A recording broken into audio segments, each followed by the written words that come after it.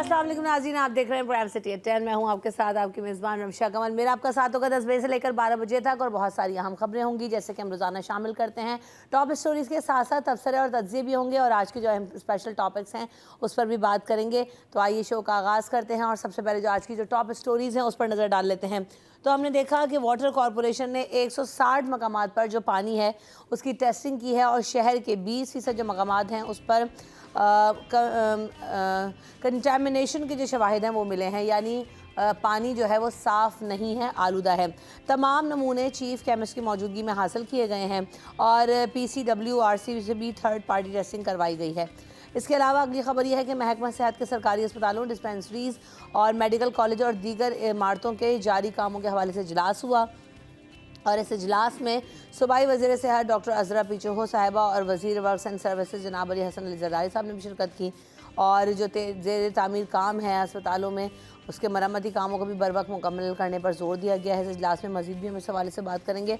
इसके अलावा 12 रबीउल अव्वल की सिक्योरिटी के इंतजाम के हवाले से भी आपको अपडेट करते चलें कि जो जुलूस निकाले जाएंगे उनकी सिक्योरिटी के लिए भी इजलास हुआ और गैर मामूली इंतजाम मुकम्मल कर लिए गए हैं और ये कहा गया है कि सिक्योरिटी बढ़ाई जाएगी। तमाम छोटे बड़े जो जुलूस हैं उनकी सिक्योरिटी के लिए 2000 से ज़ायद पुलिस एहलकार मौजूद होंगे।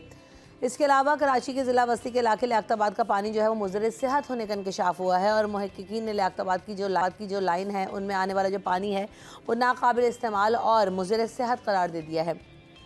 तो जो जामिया कराची के शोबे माहौलियात के डायरेक्टर हैं आलमगीर और उनकी टीम ने लियाकताबाद के मुख्तलिफ मकामात से पानी के 23 नमूने लिए और उनको इन्वायरमेंटल स्टडीज़ के शोबे में ये तहकीक की गई तो ये पता लगा कि जो सेहत आमेज़ नहीं है और जो बैक्टीरियाज़ हैं, मुख्तलिफ धातें हैं, इनकी मौजूदगी का इंकशाफ उसके पानी में हुआ है। इसके अलावा जिन अस्पताल में माहिर डॉक्टरों की किल्लत सामने आ रही है और जिन अस्पताल कराची में 18 माहिर डॉक्टरों पर मुश्तमिल नई फैकल्टी मुकर्रर की गई है जिसमें प्रोफेसर्स भी हैं, असिस्टेंट प्रोफेसर्स हैं, एसोसिएट प्रोफेसर्स हैं और उनको तैनात किया गया है। नए फैकल्टी मेम्बरान को शोबा ENT, chest medicine, urology, emergency और अमराज चशम में जो है वो मुकर्रर किया गया है। इसके अलावा कराची की शाह फैसल कॉलोनी की रिहायशी इमारत में आतिशदगी के वाक़या कल पेश आया और एक शख्स इसमें जाँ बहक भी हुआ।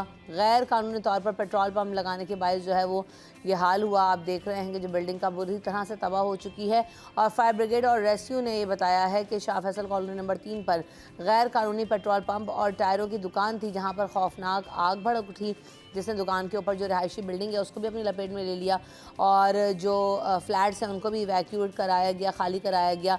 आग लगने से 10 से ज़ायद मोटरसाइकिलें जल गईं और जो शख्स हलाक हुआ उसकी जो शनाख्त है वो सिराजुद्दीन के नाम से हुई है। इसके अलावा ये जो सिंध का ज़िला है और तहसील की सतह पर दरसी किताब की जो तरसील है वो मुकम्मल कर ली गई है। सिंध टेक्स्ट बुक बोर्ड इंतज़ामिया ने सिंध के सरकारी स्कूलों में जो किताबें हैं वो पहुंचाने का अमल के लिए जायज़ा टीमों का दौरा भी कर रही है कि कहाँ कहाँ किताबें पहुंच चुकी हैं और दस्तियाब हैं। तो सिंध टेक्स्ट बुक जामशोरों के जो चेयरमैन हैं अब्दुल अलीम लाशारी साहब, उनका ये कहना है कि मुराद अली शाह साहब और वज़ीर तालीम से सरदार शाह जो है उनका ये फोकस है कि पढ़ेगा सिंध तो बढ़ेगा सिंध के तहत हर बच्चे को तालीम दिलवाना है और भरपूर उसके लिए कोशिशें भी की जा रही हैं। इसके अलावा जी जिला अस्पताल के पोस्ट ग्रेजुएट रेजिडेंसी डॉक्टर्स 3 माह की तनख्वाहों से महरूम हैं। 400 से ज़ायद डॉक्टर्स को 3 माह से तनख्वाहें जारी नहीं हो सकीं और फ़ंड्स की कमी के सबब तनख्वाहें नहीं दी जा रही हैं। इसके अलावा वफाकी हुकूमत ने मुलाजमीन के पेंशन रोल्स में 3 अहम तरामीम कर दी हैं और जो तरामीम हैं उसमें ये तो तरामीम मुतारिफ ये कराई गई हैं कि अहल फैमिली मेम्बर को पेंशन की मुद्दत ज़्यादा से ज़्यादा 10 साल तक महदूद कर दी गई है। शरीक हयात की या वफ़ात या अहल ना होने की सूरत में भी मुद्दत को महदूद कर दिया गया है। आर्म फोर्सेस और सिविल आर्म फोर्सेस की पेंशन की शरह में 50% तक इजाफा किया गया है और नई तरामीम के तहत मुतवफ़ी पेंशन का कोई भी बच्चा माजूर होगा तो उसे ताहयात पेंशन मिलेगी और जो अहल बच्चे की सूरत में जो फैमिली पेंशन है 10 साल तक बच्चे या बच्ची की उम्र 21 साल होने तक उसको मिलती रहेगी।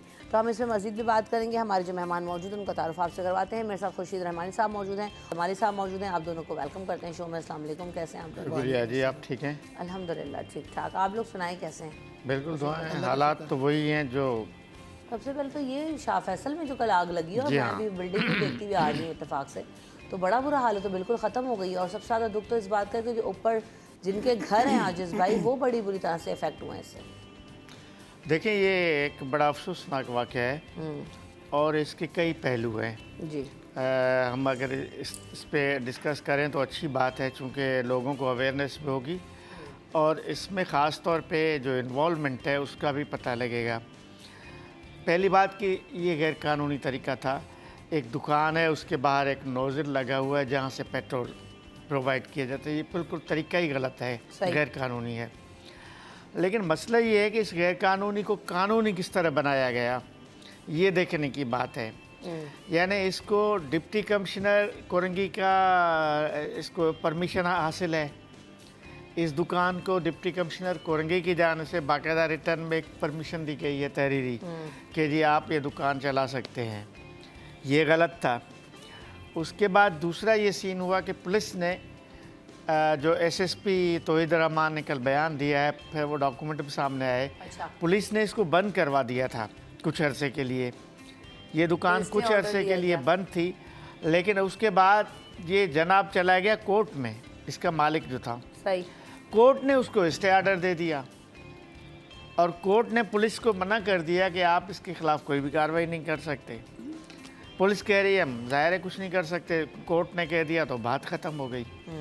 जिस वजह से अच्छा उसमें जो पेट्रोल इस्तेमाल हो रहा है वो भी स्मगल शुदा ईरानी पेट्रोल इस्तेमाल हो रहा था। ये देखिए, मुझे तो हैरत इस बात की है कि कराची का शहर है, ये छोटा मोटा शहर या देहात नहीं के इलाके नहीं है, जहाँ चप्पे चप्पे पे पेट्रोल पंप्स हैं कराची में ना। यहाँ इस दुकान नुमा जो है इलीगल पेट्रोल दुकान की ज़रूरत क्या थी? शाह फैसल शहर के बिल्कुल सेंटर में है, कोई इतना रशी एरिया है, कोई इंतहाई को दूर दराज इलाका भी नहीं जहाँ पे दुकान लगाने की ज़रूरत पड़े। सामने तो पीएसओ का पेट्रोल पंप है जहाँ आग लगी है, 1 तो किलोमीटर भी दूर लेकिन नहीं ये है धंधा, ये गलत कारोबार, ये बहरहाल फिर इसके नतायज इस सूरत में मिलते हैं कि इंसानी जानें ज़ाया होती हैं, तबाही होती है। और इस तरह की इस प्रोग्राम के तवसत से मेरा ख्याल है कि कोर्टों तक बात भी जानी चाहिए, इंतज़ामिया तक भी जानी चाहिए। अगर इस तरह की और कोई वो हैं तो उनको फौरी बंद किया जाए। वही है ना जो आजिज़ भाई बात कर रहे हैं, खुर्शीद भाई, बिल्कुल बजाय के देखें ना, अभी अदालत भी इन्वॉल्व है, स्टे ऑर्डर भी ले लिया, एक रिहायशी इलाके में सब कुछ चल रहा है। और इत्तेफाक ऐसा था कि कल ही हमने बल्दिया टाउन का, क्योंकि हम जिक्र कर रहे थे कल उसको भी जो है 12 साल हो गए थे, तो हमने फायर फाइटर्स और जो है उनको बुलाया हुआ था।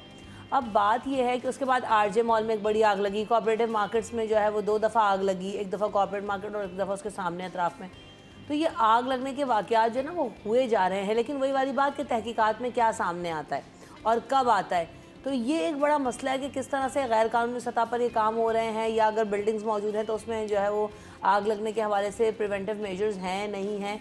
तो ये हमारे यहाँ एक वाक़या होता है, उसके बाद जी थोड़े अरसे तक वो हमें नज़र आता है और उसके बाद ख़त्म। देखें रमशा साहबा, ये जो आग लगने के वाक़यात तो नेचुरली भी हैं और अननेचुरली भी हैं लेकिन आग लगने के बाद जो मेजरमेंट्स होने चाहिए वो हमारे यहाँ बदकिस्मती से नहीं होते।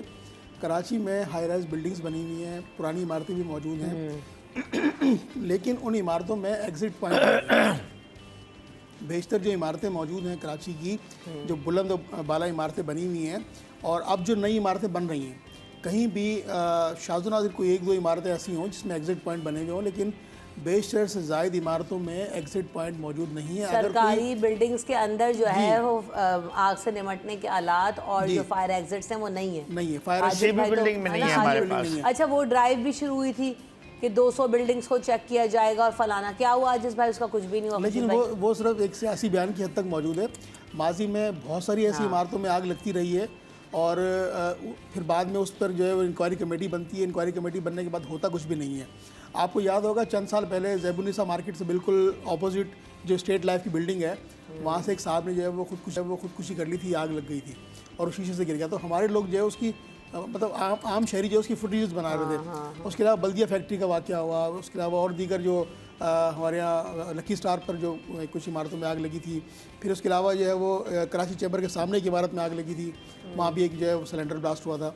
तो हमारे यहाँ जितनी भी इमारतें बनी हुई हैं, आयशा मंजिल की जो आग लगी थी फर्नीचर मार्केट में, वो आज तक गोदाम स्टार्ट नहीं हुए हैं। जी, वो स्टार्ट नहीं हुए।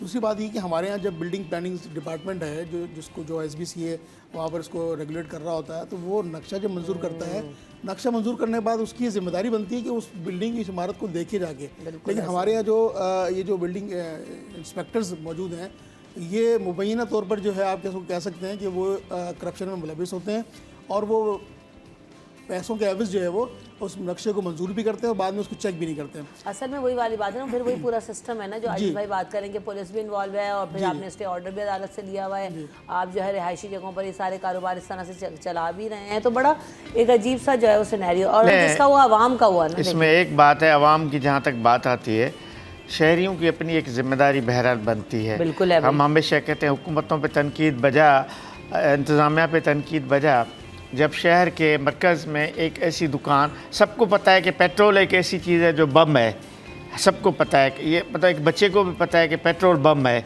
पेट्रोल सरेआम वहाँ से बिक रहा है। शहरियों का फ़र्ज़ बनता था इसके ख़िलाफ़ कंप्लेन करते, इसके ख़िलाफ़ कोर्टों में जाते, इसको बंद करवाते। बल्कि मैं कहूँगा कि अभी अगर शहर में किसी और जगह पे ये तो वाक़या हो गया, चलें ये भी शुक्र करें कि कम नुकसान हुआ, जिस नोयत की आग थी या जिस नोयत की पेट्रोल को लगने वाली आग की वजह से, और ऊपर से रिहायशी इमारत और फिर अतराफ में पूरा रश वाले जो है बिल्डिंग है, तो उस वजह से कारोबार है। अफसोस की बात है कि एक शख्स जाँ बहक हुआ, नहीं होना चाहिए था, लेकिन जो नुकसान का अंदाज़ा है वो जिस तरह की आग थी उस हिसाब से कम है।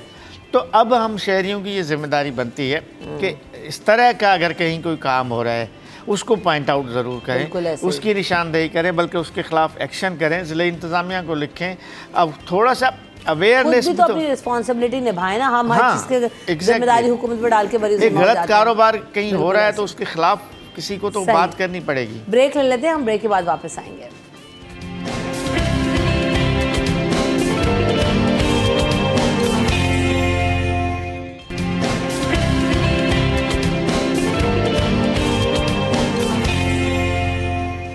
Welcome back in city at 10। तो जैसे मैंने आपको खबर से आगाह किया था कि जो लियाकताबाद है उसका पानी मुज़र सेहत होने का इंकशाफ हुआ है, उसमें जो बैक्टीरियाज़ हैं वो भी मौजूद हैं, इसके अलावा कुछ मेटल्स हैं जिनके पार्टिकल्स भी मौजूद हैं। और लियाकताबाद में जो पानी की लाइन है उसमें जो पानी आ रहा है, डॉक्टर आमिर आलमगीर हैं जो कि रिसर्च कर रहे हैं, कराची यूनिवर्सिटी की तहकीक में बात सामने आई है और ये इंटरनेशनल जो है वो मैगज़ीन में भी ये चीज़ शाया हुई है। तो ये तो हमारे यहाँ पानी का तो वैसे ही तरह मसला भी। बहरहाल मेयर कराची ने ऐलान तो किया है कि 13 जो अरब रुपए हैं वो लगाए जाएंगे, 13 मिलियन अरब नहीं तो वो लगेंगे।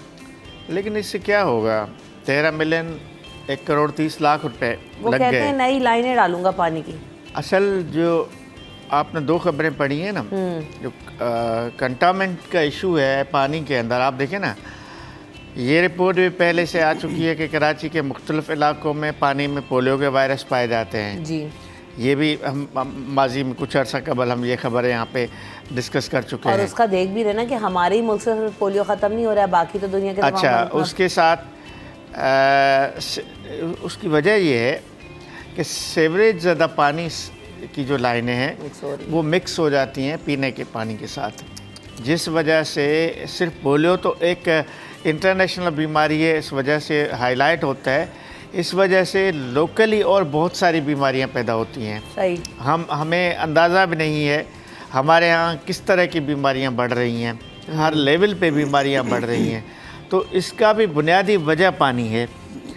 बहुत सारी बीमारियों की बुनियादी वजह, कहते हैं ना पानी ज़िंदगी है, तो यानी ज़िंदगी की सेफ्टी भी तो फिर पानी है ना। लेकिन हम इवन अब तो कुछ अर्सा कबल ये भी रिपोर्ट आई है कि जो मिनरल वाटर्स की सूरत में पानी फ़रोख्त हो रहा है उसमें कई कंपनीज़ को ब्लैक लिस्ट किया गया कि वो जहरीला पानी जो है लोगों को पिला रहे हैं, वो ओवर मिनरलाइज कर रहे हैं ना। बोटल्स में भी जो पानी आ रहा है उसमें भी जहरीला पानी आ रहा है, उसमें भी ऐसे धाते हैं, उसमें भी ऐसे अज्जा हैं जिस वजह से बीमारियां जन्म लेती हैं। तो आप अंदाज़ा करें कि पानी में, अच्छा यही ख़राब पानी दूध में मिलावट होता है, यही पानी दीगर अशिया में मिलावट की जाती है, इसी पानी से बहुत सारी और चीज़ें बनती हैं जो आम यूज़ पे हम रोज़ाना ये रेढ़े, ये ठेले, ये बर्गर खा रहे होते हैं, बहुत कुछ हम रोज़ की बुनियाद पे उन सब में पानी का इस्तेमाल है ना, उन सब में इसी पानी का इस्तेमाल हो रहा है जो हम ये सारी चीज़ें यूँ सब्ज़ियाँ बहुत कुछ है,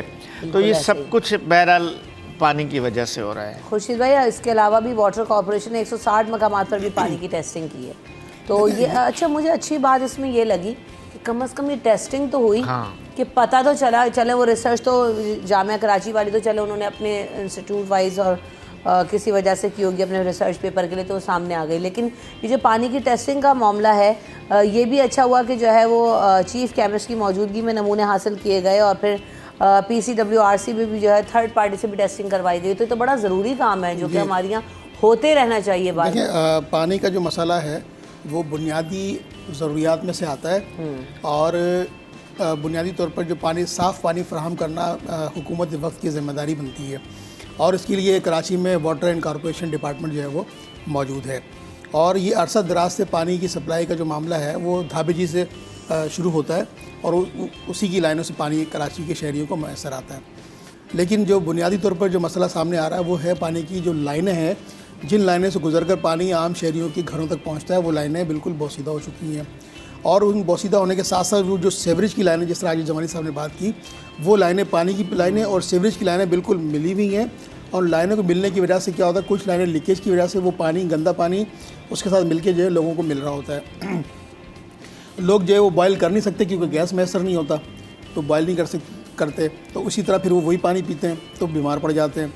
फिर जो मिनरल्स की बात की आपने, की जो साफ़ पानी फराहम करने वाली जो मिनरल्स जो मुख्तलिफ़ जगहों पे स्पॉट्स पे यूनिट्स बने हुए हैं, उसका भी एक तरीक़ाकार ये है कि उसके साथ एक लेबॉर्ट्री मौजूद होगी जो पानी को वक्तन फ़वक्तन टेस्ट करती रहेगी। वो जो RO प्लांट्स लगे, जी, RO प्लांट्स लगे हुए हैं। RO plant. लेकिन बदकिस्मती से किसी भी RO प्लांट के पास अपनी लैब टेस्टिंग का मकाम जो उसका सिस्टम है वो मौजूद नहीं है। अच्छा, जितनी बड़ी तादाद में हर गली में खुल गए हैं ना, अब उनकी भी ऑथेंटिसिटी पे बड़े सवाल हैं। मुझे तो यही मैं बात करूँ कि क्या कर एक रूल एंड रेगुलेशन उसका ये है कि आप उसके साथ एक लेबॉर्ट्री बनाएंगे और एक जो लैब टेस्ट, जो पानी की टेस्टिंग का जो माहिर होगा वो वहाँ मौजूद होगा और वो उस पानी को वक्तन फ़वक्तन टेस्ट करता रहेगा कि कितनी मिकदार मिनरल्स की इसमें मिलनी है, क्लोरीन की इसमें मिलनी है, वो नहीं मिलती। ऐसा तो कुछ भी नहीं है हमारे। और अनप्रोफेशनल लोग जो है वो उसको रेगुलेट करते हैं, तो फिर वो कभी क्लोरीन की मिकदार बढ़ा देते हैं, कभी मिनरल्स की मिकदार बढ़ा देते हैं, तो उनको वो उसकी जो मेजरमेंट्स हैं वो नहीं कर पा रहे होते।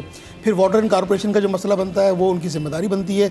ये अरसा दराज से कराची के शहरियों को जो पानी मिल रहा है वो ख़राब पानी मिल रहा है और लोग उससे बीमार हो रहे हैं, जिससे मैदे की बीमारी बढ़ रही है, आपके लीवर के इन्फेक्शंस बढ़ रहे हैं, फिर उसके अलावा आंतों के इन्फेक्शन बढ़ रहे हैं। और सबसे ज़्यादा जो इस वक्त जो केस रिपोर्ट हो रहे हैं वो है आपके पित्ते के, गाल ब्लैडर के, पित्ते की जो पथरी के अमराज हैं वो बढ़ रहे हैं ज़्यादा, तो क्योंकि पानी साफ़ नहीं मिल रहा और उनके पेट के अमराज बढ़ रहे हैं।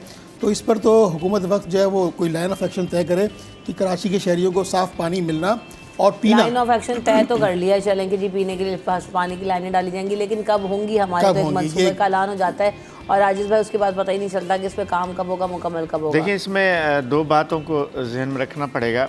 एक तो अभी आपने RO प्लांट्स का जिक्र किया, मेरा ये ख्याल है, ये मेरी तजवीज़ है कि शहर में मुख्तलिफ़ मकामात पर RO प्लांट्स लगाने की ज़रूरत है, यानी गवर्नमेंट सतह पे RO प्लांट्स लगाए जाएँ। आपने देखा कुछ इदारों ने कहीं कहीं लगाए हुए हैं तो वहाँ इतना रश होता है, लोग पानी पीने का पानी हासिल करते हैं। ये आर्मी पब्लिक स्कूल के करीब एक लगा हुआ है, डिफरेंट एरियाज़ में शहर में, लेकिन वो उन इदारों ने ख़ुद लगाए हैं।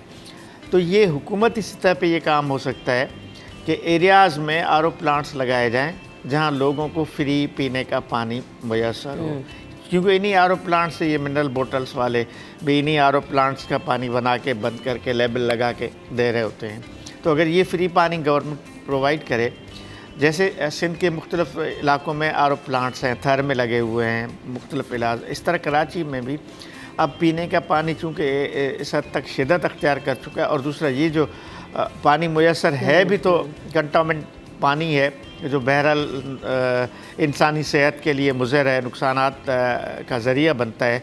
तो उस एक तो ये हो सकता है कि RO प्लांट्स लगाए जाएँ। दूसरा ये हो सकता है कि इन्होंने कहा ना, दो रिसोर्सेज हैं पानी के, झील से आता है जो धाबेजी के ज़रिए, दूसरा हब डैम से पानी आता है। इन दोनों रिसोर्सेज को साफ़ करना बहुत ज़रूरी है। जहाँ से पानी आता है, आया वो कितने, देखिए ना, कींझर झील मतलब यहाँ से 100 किलोमीटर फासला करके ये पानी यहाँ तक पहुँचता है ज़्यादा कैनाल के ज़रिए। इसी तरह हब से भी आता है तो भी वो भी 50-60 किलोमीटर सफ़र करके आता है। तो इस दौरान बहुत कुछ हो रहा होता है, उसको साफ़ सुथरा रखने की ज़रूरत है। ये दो अहम बातें हैं। बिल्कुल दुरुस्त कह रहे हैं।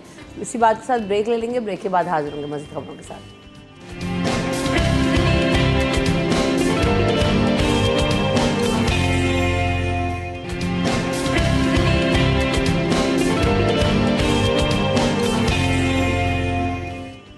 Welcome back in city at 10। तो जनाब बात करेंगे महकमा सेहत के जो सरकारी अस्पताल हैं, डिस्पेंसरीज़ हैं, BHUs हैं, मेडिकल कॉलेज हैं और दीगर इमारतों के हवाले से भी जो इजलास हुआ। और कौन इसमें इजलास में गया था, किसने, आप लोगों में से किसी ने कवर किया था? नहीं, खबर मैंने दी थी। ये इजलास बेसिकली तो ये वर्क अच्छा आजिज़ भाई, ये जो अभी रिसेंटली खबर आई थी और फ़ंड मुख्तस किया गया था जिसमें कहा गया था कि जो इनका कॉलेजेस को सूरत हाल को बेहतर करें, डेवलपमेंट के काम करें, तो ये उसी फ़ंड के हवाले से था क्या? नहीं, ये जो था ये बुनियादी तौर पे वर्क्स एंड सर्विसेज डिपार्टमेंट का इजलास था। वर्क्स एंड सर्विसेज डिपार्टमेंट वो है जो सिंध गवर्नमेंट के जितने भी बिल्डिंग्स बनती हैं, जितनी भी तामीरात होती है, वो वर्क्स एंड सर्विसेज डिपार्टमेंट के ज़रिए होती है। जितने भी कॉन्ट्रैक्ट्स होते हैं वो वर्क्स एंड सर्विसेज डिपार्टमेंट देता है। चूँकि इस इजलास में वज़ीर सेहत साहबा भी थी, ज़रा पेचू, तो वो स्पेशली इस वजह से थी कि उन्होंने कहा कि सिंध के मुख्तलिफ़ मकामात पर महकमा सेहत के बहुत सारे जो मनसूबे ज़ेर तामीर हैं, लेकिन वो ज़ेर इल्तवा हैं। ख़ास तौर डिस्पेंसरीज़ हैं, मुख्तलिफ़ इलाकों में रूरल हेल्थ सेंटर्स हैं, मुख्तलिफ़ हॉस्पिटल्स हैं, मुख्तलिफ़ बड़े हॉस्पिटल्स की मरम्मत का काम है। ये सारे काम रुके हुए हैं, इस वजह से ये इजलास हुआ था। ज़राए कह रहे हैं कि इसमें जो सूबाई वज़ीर वर्क्स एंड सर्विसेज हैं अली हसन जरदारी, तो उन्होंने काफ़ी अपने अफसरान को खींचा है, काफ़ी उनके ख़िलाफ़ भी बातें हुई हैं कि जो टारगेट्स दिए गए थे, जो हदफ दिया गया था, वो पूरा क्यों नहीं हो रहा, बिल्डिंग्स जो हैं वो तामीर क्यों नहीं हो रही, मरम्मत का जो काम है। तो ये बहरहाल एक पुश किया गया उनको कि इस काम में तेज़ी लाया जाए। वज़ीर सेहत का भी यही कहना था, अज़रा पेचू का, कि जो महकमा सेहत के जो तामीराती काम रुके हुए हैं उनको जल्द से जल्द मुकम्मल किया जाए। सही, बिल्कुल ऐसा ही है। ये ज़रूरी भी है क्योंकि क्या है कि जब मेंटेनेंस नहीं होती तो वो ज़्यादा तबाही की तरफ चले जाते हैं। और अभी थोड़े दिनों पहले जो जिसकी मैं आजिज़ भाई से बात करती थी कि ग्रांट्स भी रखी गई हैं कि आप जो कॉलेजेस हैं उनको, उनके लिए जो है वो एक फ़ंड मुख्तस किया गया है कि आप उनको सही करें और जो काम करवाने के उनको करवाए जाएँ। तो अच्छी चीज़ है, कम अज़ कम मेंटेनेंस होती रहे तो अपनी असल हालत में मौजूद रहे। हाँ, ये पॉजिटिव चीज़ है कि जो हमारी सरकारी इमारतें हैं अस्पतालों की, उनकी वक्तन फ़ौक़तन तज़ीन और आइश की जानी चाहिए, क्योंकि वो एक तो पुरानी इमारतें मौजूद हैं और फिर हमारा हेरिटेज भी है वो पुरानी इमारतें। और अगर उनकी वक्तन फ़ौक़तन जो है वो तज़ीन और आइश नहीं की जाएगी तो फिर वो उनकी हालत जो है वो अबतर होना शुरू हो जाएगी। तो ये पॉजिटिव इनिशिएटिव है डॉक्टर अज़रा पेचू साहिबा का कि वो सिंध के जो सरकारी जो सेहत के मराकज़ हैं उनकी बेहतरी के लिए कोशिशें कर रही हैं। और उन्हीं की कोशिशों का नतीजा ये है कि जो महकमा सेहत है हमारा, हाँ उसमें बहुत सारे फॉल्स भी हैं, बहुत सारी कमी और कोताहियाँ भी सामने आती हैं, लेकिन जो पॉजिटिव मेजरमेंट्स हैं वो ये है कि जो सेहत का शोबा है उसमें वो बहुत अच्छी कोशिशें और काविशें कर रही हैं। इसमें NICVD का यूनिट्स है, उसमें बहुत सारे चेस्ट पेन यूनिट हमारे सिंध के बेशतर शहरों में जो है वो इस वक्त मौजूद है कि किसी भी इमरजेंसी की सूरत में अगर आपको अमराज़ क़ल्ब का कोई किसी किस्म का कोई मसला दरपेश है तो आप वहाँ जाके अपना इलाज मुआलजा करवा सकते हैं। बिल्कुल ऐसे ही। एक और अगली खबर, अस्पतालों का जिक्र कर रहे हैं तो वहाँ पर डॉक्टर्स की भी किल्लत थी और पहले भी ये कहा गया था कि जो तमाम जो है डॉक्टर्स हैं काफ़ी सारे तो प्रमोट हो गए और वहाँ पे चले गए एडमिनिस्ट्रेशन में, तो नीचे जो है वो बड़ी किल्लत हो गई थी। तो अब 18 जो डॉक्टर्स हैं उस पर नई फैकल्टी को मुकर्रर किया गया। तो ये भी एक अच्छी चीज़ है कि कम अज़ कम इंडल्ज होंगे लोग और नई फैकल्टी में जो है वो ENT, chest medicine, urology, emergency सारे इंपॉर्टेंट हैं। लेकिन जो बड़े हॉस्पिटल्स हैं उनकी इससे नहीं मुकम्मल नहीं है, यानी उनमें डॉक्टर्स की किल्लत है। जना हॉस्पिटल का जिक्र हो रहा है तो जना हॉस्पिटल में कुछ अर्सा कबल जना अस्पताल के डायरेक्टर ने कहा था कि 17, 18, 19 ये जो हाई लेवल के डॉक्टर्स हैं वो उनकी किल्लत है, सर्जन्स की किल्लत है। और अब मसला ये है, इस तरह सिविल हॉस्पिटल की भी ये सूरत हाल है, ये जो बड़े हॉस्पिटल्स हैं उनमें डॉक्टर, मसला ये है कि हालांकि हमारे मुल्क में लाखों की तादाद में बेरोज़गार डॉक्टर मौजूद हैं, लाखों की तादाद में। अगर सुबह सिंध की भी मैं बात करूँ तो हज़ारों की तादाद में डॉक्टर्स बेरोज़गार हैं, वो प्राइवेट क्लिनिक्स में और इधर उधर काम कर रहे होते हैं, उनको गवर्नमेंट जॉब नहीं मिल रही। तो हालांकि दूसरी जानब ये सूरत हाल है कि हॉस्पिटल्स में डॉक्टर्स की किल्लत है। अब ये डॉक्टर्स मौजूद तो हैं तो गवर्नमेंट ये कर सकती है कि न्यू डॉक्टर्स अपॉइंट करे, जिन जिन हॉस्पिटल्स में किल्लत है वहाँ डॉक्टर्स को अपॉइंट किया जाए। डॉक्टर्स तो मौजूद है, इवन जना हॉस्पिटल से हर साल हज़ारों की तादाद में डॉक्टर्स निकलते हैं, जो ग्रेजुएट होते हैं, पोस्ट ग्रेजुएट होते हैं, वो भी फारिग बैठे हुए होते हैं। तो हालांकि सिंध गवर्नमेंट डॉक्टर्स अपॉइंट करती रहती है, लेकिन ये कर सकती है के किल्लत को ख़त्म किया जा सकता है। बिल्कुल ऐसा ही, और ज़रूरी भी है क्योंकि वहाँ पे रश भी बहुत हाँ। है, और आप जाएं तो कभी भी आपको ऐसा नहीं लगता कि बहुत जल्दी आपका नंबर आ रहा है, बहुत बड़े हॉस्पिटल्स हैं। कोर्सेज हैं, तो जितना भी वहाँ तो इंडल्ज कर लें आप जो है। हुआ ये है कि जिन अस्पताल के पोस्ट ग्रेजुएट रेजिडेंसी डॉक्टर जो हैं वो भी 3 माह से तनख्वाहों से महरूम हैं खुर्शीद भाई, और 400 से ज़ायद जो डॉक्टर्स हैं उनको 3 माह से तनख्वाह जारी नहीं हुई है। हुकूमत ने इनको तहरीरी तौर पर आगाह भी किया है, इससे पहले भी एहतजाज किए थे लेकिन कुछ भी आउटकम नहीं है उनका। देखिए, ये जो तनख्वाहों की ना मिलने का जो मामला है, इस पे मैं समझता हूँ हमारे ज़राए का ही कहना है कि इस पे कोई कमेटी बन गई है, और इस पर जो भी जो डॉक्टर्स की सिफारिशात हैं जिन हॉस्पिटल्स की, मेरे ख्याल से उस पर जो सूबाई वज़ीर सेहत हैं और वज़ीर आला सिंध हैं उस पर कोई कमेटी कोई एक्शन लेंगे, और उस पर जो फंड्स जो उनके एक तरीक़ाकार है सिंध हुकूमत का फंड रिलीज़ करने का, उसको फॉलो करते हुए वो फंड रिलीज़ भी कर देंगे। फिर मेरे ख्याल से जल्दी इस मसले को जो है वो निपटा लिया जाएगा। मेरे ख्याल है ये रेगुलर डॉक्टर नहीं होंगे, क्योंकि रेगुलर डॉक्टर्स जितने भी हैं उनके तनख्वाहों का मसला तो एजी सिंध से होता है, उनको गवर्नमेंट ऑफ सिंध तनख्वाह पे करती है। ये या तो कॉन्ट्रैक्ट पे होंगे या तो न्यू होंगे, रेजिडेंसी के तो न्यू ही होंगे, कोई ऐसा ही होगा इनका कोई प्रॉब्लम। चलें, उम्मीद है कि हो जाए मसला बच्चों का हल, क्योंकि ये यंग डॉक्टर्स तो वैसे भी बड़ा एग्रेसिवली एहतजाज भी करते हैं तनख्वाहें ना मिलने की वजह से। अच्छा, एक और ख़बर ये भी थी कि हमने देखा कि जो दरसी किताबें उनकी तरसील मुकम्मल कर ली गई, ये भी एक अच्छी खुशाइन बात है कि कम अज़ किताबें थी उसके पहुँचने का अमल तो मुकम्मल हुआ।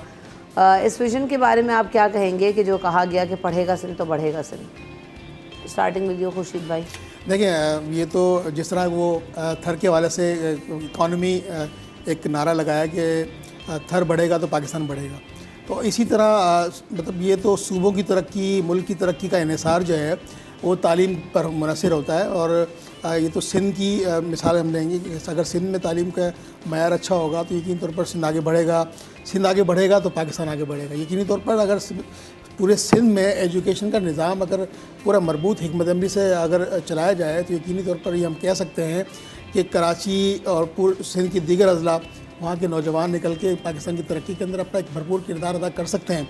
जिस तरह कराची 70% से ज़्यादा रेवेन्यू जनरेट करता है और पाकिस्तान की इकॉनमी को पुशअप करता है, तो इसी तरह अगर तालीम के मैदान में भी अगर हम तरक्की करेंगे तो यकीनी तौर पर पाकिस्तान की मईशत, पाकिस्तान की जो तवानाई है वो मजबूत और मज़ीद तवाना हो जाएगी। बिल्कुल ऐसे। इसमें देखें, बिल्कुल सही है कि पढ़ेगा सिंध तो बढ़ेगा सिंध, लेकिन दरसी किताबें अभी तक नहीं पहुंची हैं। ये तो कह रहे हैं मुकम्मल कर लिया था। भले कि मैं इस प्रोग्राम में बैठ के चैलेंज कर रहा हूं कि सिंध के बहुत सारे स्कूलों में अभी तक भी दरसी किताबें नहीं पहुंची हैं। हमारे अच्छे दोस्त हैं अलीम लाशारी साहब जो सिंध टेक्स्ट बुक बोर्ड के चेयरमैन हैं, पहले यहाँ एजुकेशन और कल्चर डिपार्टमेंट में रहे, सेक्रेटरी भी रहे।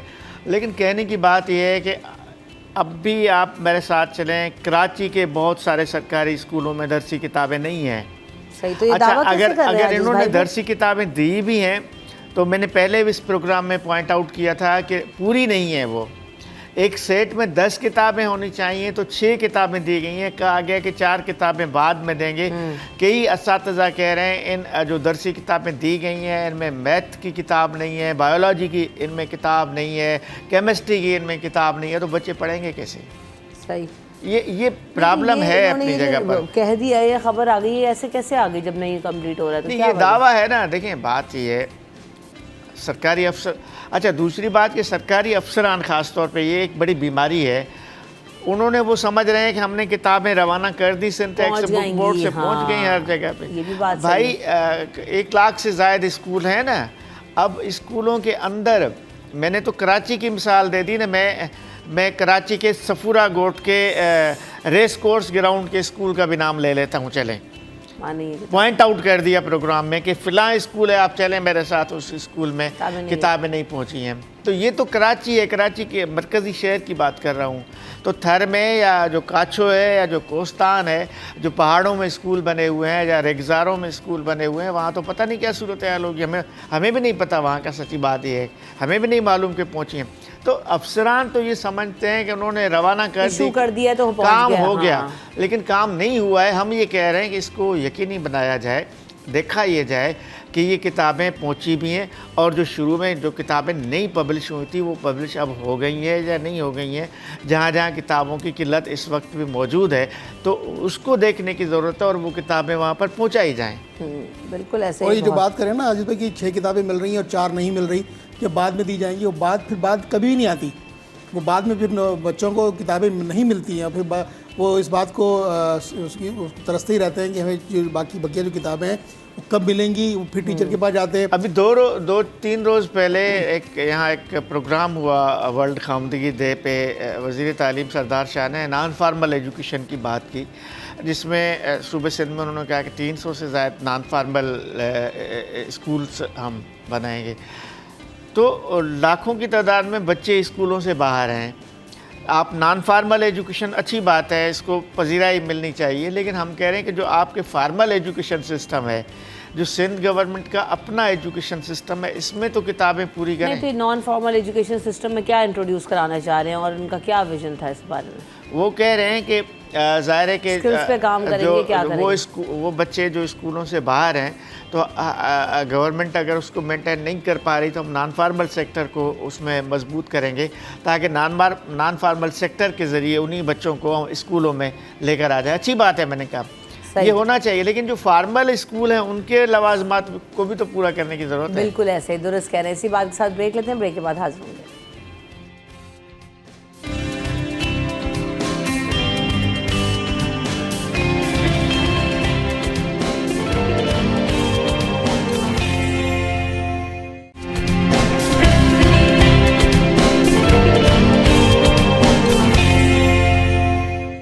Welcome back in city at 10। तो जनाब हम बात कर रहे हैं मुख्तलिफ खबरों के हवाले से। 12 रबीउल अव्वल की सिक्योरिटी के हवाले से भी जो इंतजामात मुकम्मल कर लिए गए हैं उस हवाले से भी इजलास हुआ, क्योंकि इस वक्त ये भी कहा गया जैसे हमने देखा मुहर्रम उल हराम में भी काफ़ी अच्छी सिक्योरिटी रही और इसकी वजह से जो पूरे प्रोसेस थे उसमें कोई हर्डल नहीं आया। तमाम जुलूसों में हमने देखा, तो ये भी एक अच्छी चीज़ है कि अच्छे इंतजाम। अभी भी कहा गया कि काफ़ी ज़्यादा फोर्स तैनात की जाएगी, 2000 से ज़ायद पूरे सहल कार लगाए जाएंगे। देखें माह रब्बीउल अव्वल है तो बाबरकत महीना है, नबी अकरम सल्लल्लाहु अलैहि वसल्लम की विलादत का महीना है और उसमें हमें जो वो जितना हम इसको अच्छे तरीके से मना सकें, अच्छी जो है इसकी इंतज़ामात कर सकें, तो ये हम पर लाजिम है, क्योंकि हम बैसियत मुसलमान अपने आका अलैहिस्सलातु वस्सलाम से मोहब्बत करते हैं और उनका पैगाम ही यही है कि जिस तरह से अब कल गुज़िश्ता रोज़ जो है वो गवर्नर हाउस में भी उलमा कराम की सदारत में जो है वो इजलास हुआ और उसमें इजलास में तमाम उलमा कराम मकातिब फ़िक्र के उलमा कराम मौजूद थे और उन्होंने गवर्नर सिंध से गुजारिश की और गवर्नर सिंध ने भी कहा कि मेयर कराची हैं, उसके अलावा दीगर जो इंतज़ामी उमूर के जो ज़िम्मेदारान हैं वो कराची में जो सफाई सुथराई है और सड़कों की असरकारी है और इन दीगर और उसके अलावा जो सिक्योरिटी के मेजरमेंट्स हैं उनको यकीनी बनाया। और जिस दिन जो रबीउल अव्वल का जुलूस होगा उस दिन भी जो है वो शहरी भी अपना किरदार अदा करें और फिर किसी किस्म की कोई हड़बोंग ना करें, कोई रश के अंदर कोई तेज़ आवाज़ से ना बात करें।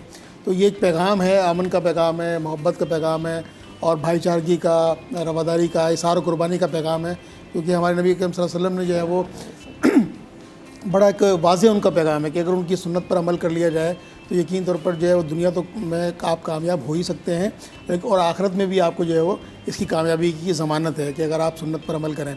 तो इसी तरह से जो हमारे जो इदारे हैं यकीन तौर पर जिन्होंने आशूर पे अपने फ़राइज़ अंजाम दिए और वो फ़र्ज़ समझते हुए उन्होंने बड़ा कामयाब सिक्योर किया।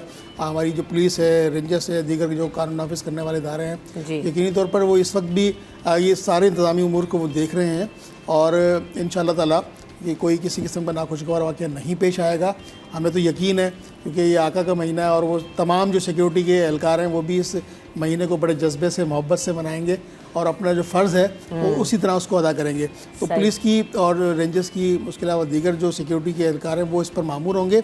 जो रबीउल अव्वल का मेमन मस्जिद से शुरू होकर जुलूस जो है वो नश्तर पार्क पर जाएगा, तो उसके इंतज़ाम खासे अच्छे किए जाएंगे। कल 2 इजलास थे इस हवाले से। एक तो वज़ीर आला हाउस में इजलास हुआ जिसमें तमाम इंतज़ामी अफसरान भी थे, उलमा कराम भी थे, मुख्तलिफ़ मकतब फ़िक्र के लोग थे, सूबाई वज़रा भी थे 3-4, उसमें IG सिंध था, इंतज़ामिया के कमिश्नर कराची था। उसमें अब वज़ीर आला सिंध ने बताया कि बारिशों की वजह से जो सड़कें तबाह हो गई हैं वो तो फौरी तौर पे नहीं बन सकती, ज़ाहिर है। बिल्कुल ऐसे लेकिन दीगर जो इंतज़ामात हैं तो उस पर कमिश्नर कराची को हिदायत दी गई, IG सिंध को हिदायत दी गई ताकि सिक्योरिटी और शहरी इंतज़ामात दोनों को देखा जाए। सेम टाइम फिर गवर्नर हाउस में यही उलमा जो वज़ीर आला हाउस में थे ना, फिर वो दोबारा दोपहर को गवर्नर हाउस में एक इजलास हुआ, उसमें भी शरीक थे, वहाँ भी इंतज़ामात का जायज़ा लिया गया। 12 रबीउल अव्वल को सिर्फ़ एक जुलूस, तो मरकज़ी जुलूस जो होता है वो टावर से या मेमन मस्जिद से शुरू होता है, लेकिन शहर भर में, शहर के तमाम अज़ला में ज़िले सतह के बड़े जुलूस निकलते हैं। हर ज़िले में एक जुलूस निकलता है जिसकी क़यादत वहाँ के उलमा कर रहे होते हैं। उसके बाद फिर उससे भी छोटे छोटे इलाकों में भी 12 रबीउल अव्वल के जुलूस निकल रहे होते हैं। बिल्कुल ऐसा ही है। तो अब ज़ाहिर दुआ तो यही है कि ये तमाम सिचुएशन जो है अमन अमान के साथ गुज़र जाए ताकि कोई मुश्किलात ना हो, कोई रुकावटें ना हों। बाकी हुकूमती तरफ से तो इंतज़ामात ठीक हैं। बिल्कुल ठीक है, इन्होंने कहा है कि अब सफाई सुथराई भी हमें नज़र आ रही है, कोशिश की जा रही है कि ख़ास तौर पे जुलूस की जो गुज़रगाह है उस रोड को क्लियर की जाए। कहीं कहीं रोडों की मरम्मत का काम भी शुरू हो गया है। शुक्र है कि इसी बहाने अगर छोटे इलाकों के रोड बन जाते हैं तो भी अच्छी बात है। यानी DMCs ने अपने तौर पे थोड़ा थोड़ा काम कराना शुरू कर दिया है कि अगर कोई रोड टूटा हुआ है तो उसको थोड़ा सा लेपा पोती करके उसको ठीक किया जाए। तो ये काम हो रहा है। मेरा ख़्याल है कि हर साल ये 12 रबीउल अव्वल ईद मिलादुल नबी का जो दिन होता है, हर साल आता है, कोई अनोखी बात नहीं है, कोई नई बात नहीं है। और ये तो खुशी का मकाम है हम मुसलमानों के लिए, पूरी दुनिया में ये खुशी का दिन होता है। तो इंशाल्लाह हम इसको अच्छी तरह सेलिब्रेट करेंगे इंशाल्लाह ताला। बिल्कुल, आइए तो इसी बात के साथ जो आज मौसम की सूरत हाल है शहर भर में उस पर भी नज़र डालते हैं कि क्या रहेगी और किस तरह का जो मौसम रहेगा, क्योंकि हम देख रहे हैं कि कल से की शिद्दत में इजाफा हुआ है। कल भी बहुत ज़्यादा जो है वो धूप की सूरत हाल थी और क्लाउडी वेदर नहीं था, और आज भी हम देख रहे हैं कि धूप निकली रहेगी और दर्जा हरारत 32 से लेकर 33 डिग्री सेंटीग्रेड तक जो है वो जाने का इम्कान है। यानी आज भी गर्मी की शिद्दत में इजाफा ही रहेगा।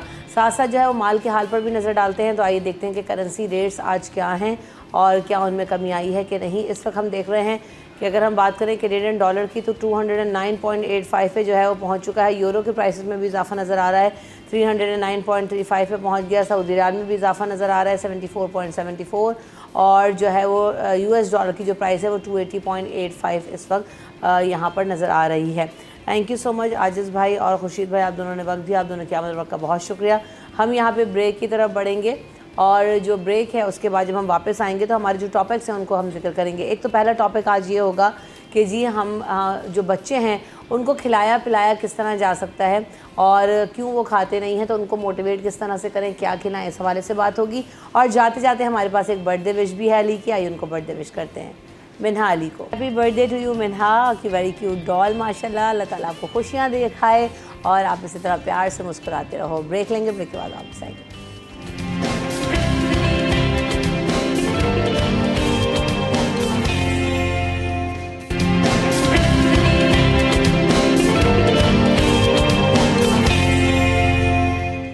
Welcome back in city at 10। तो जनाब आज हम बात करेंगे कि माओं के लिए जो बड़ा मसला है वो ये है इस वक्त, क्योंकि आजकल के जो बच्चे हैं वो खाने में बहुत ज़्यादा पिक एंड चूज़ की पॉलिसी पे जो है वो अमल दरामद करते हैं, या तो खाते ही नहीं हैं, या उन्हें खाना अगर घर का हो तो पसंद नहीं आता, या बहुत ज़्यादा फास्ट फूड की तरफ जाना चाहते हैं, सिंथेटिक जो फूड है उसकी तरफ जाना चाहते हैं। तो हम ये जानने की कोशिश करेंगे कि अक्सर माओं की कंप्लेन रहती है कि भाई हमारा बच्चा तो कुछ खाता ही नहीं है। तो ये इस जो फ्रेज़ है, आप किसी भी माँ से आजकल की पूछेंगे तो कहेंगे हाँ यार ये तो बात बिल्कुल ठीक है।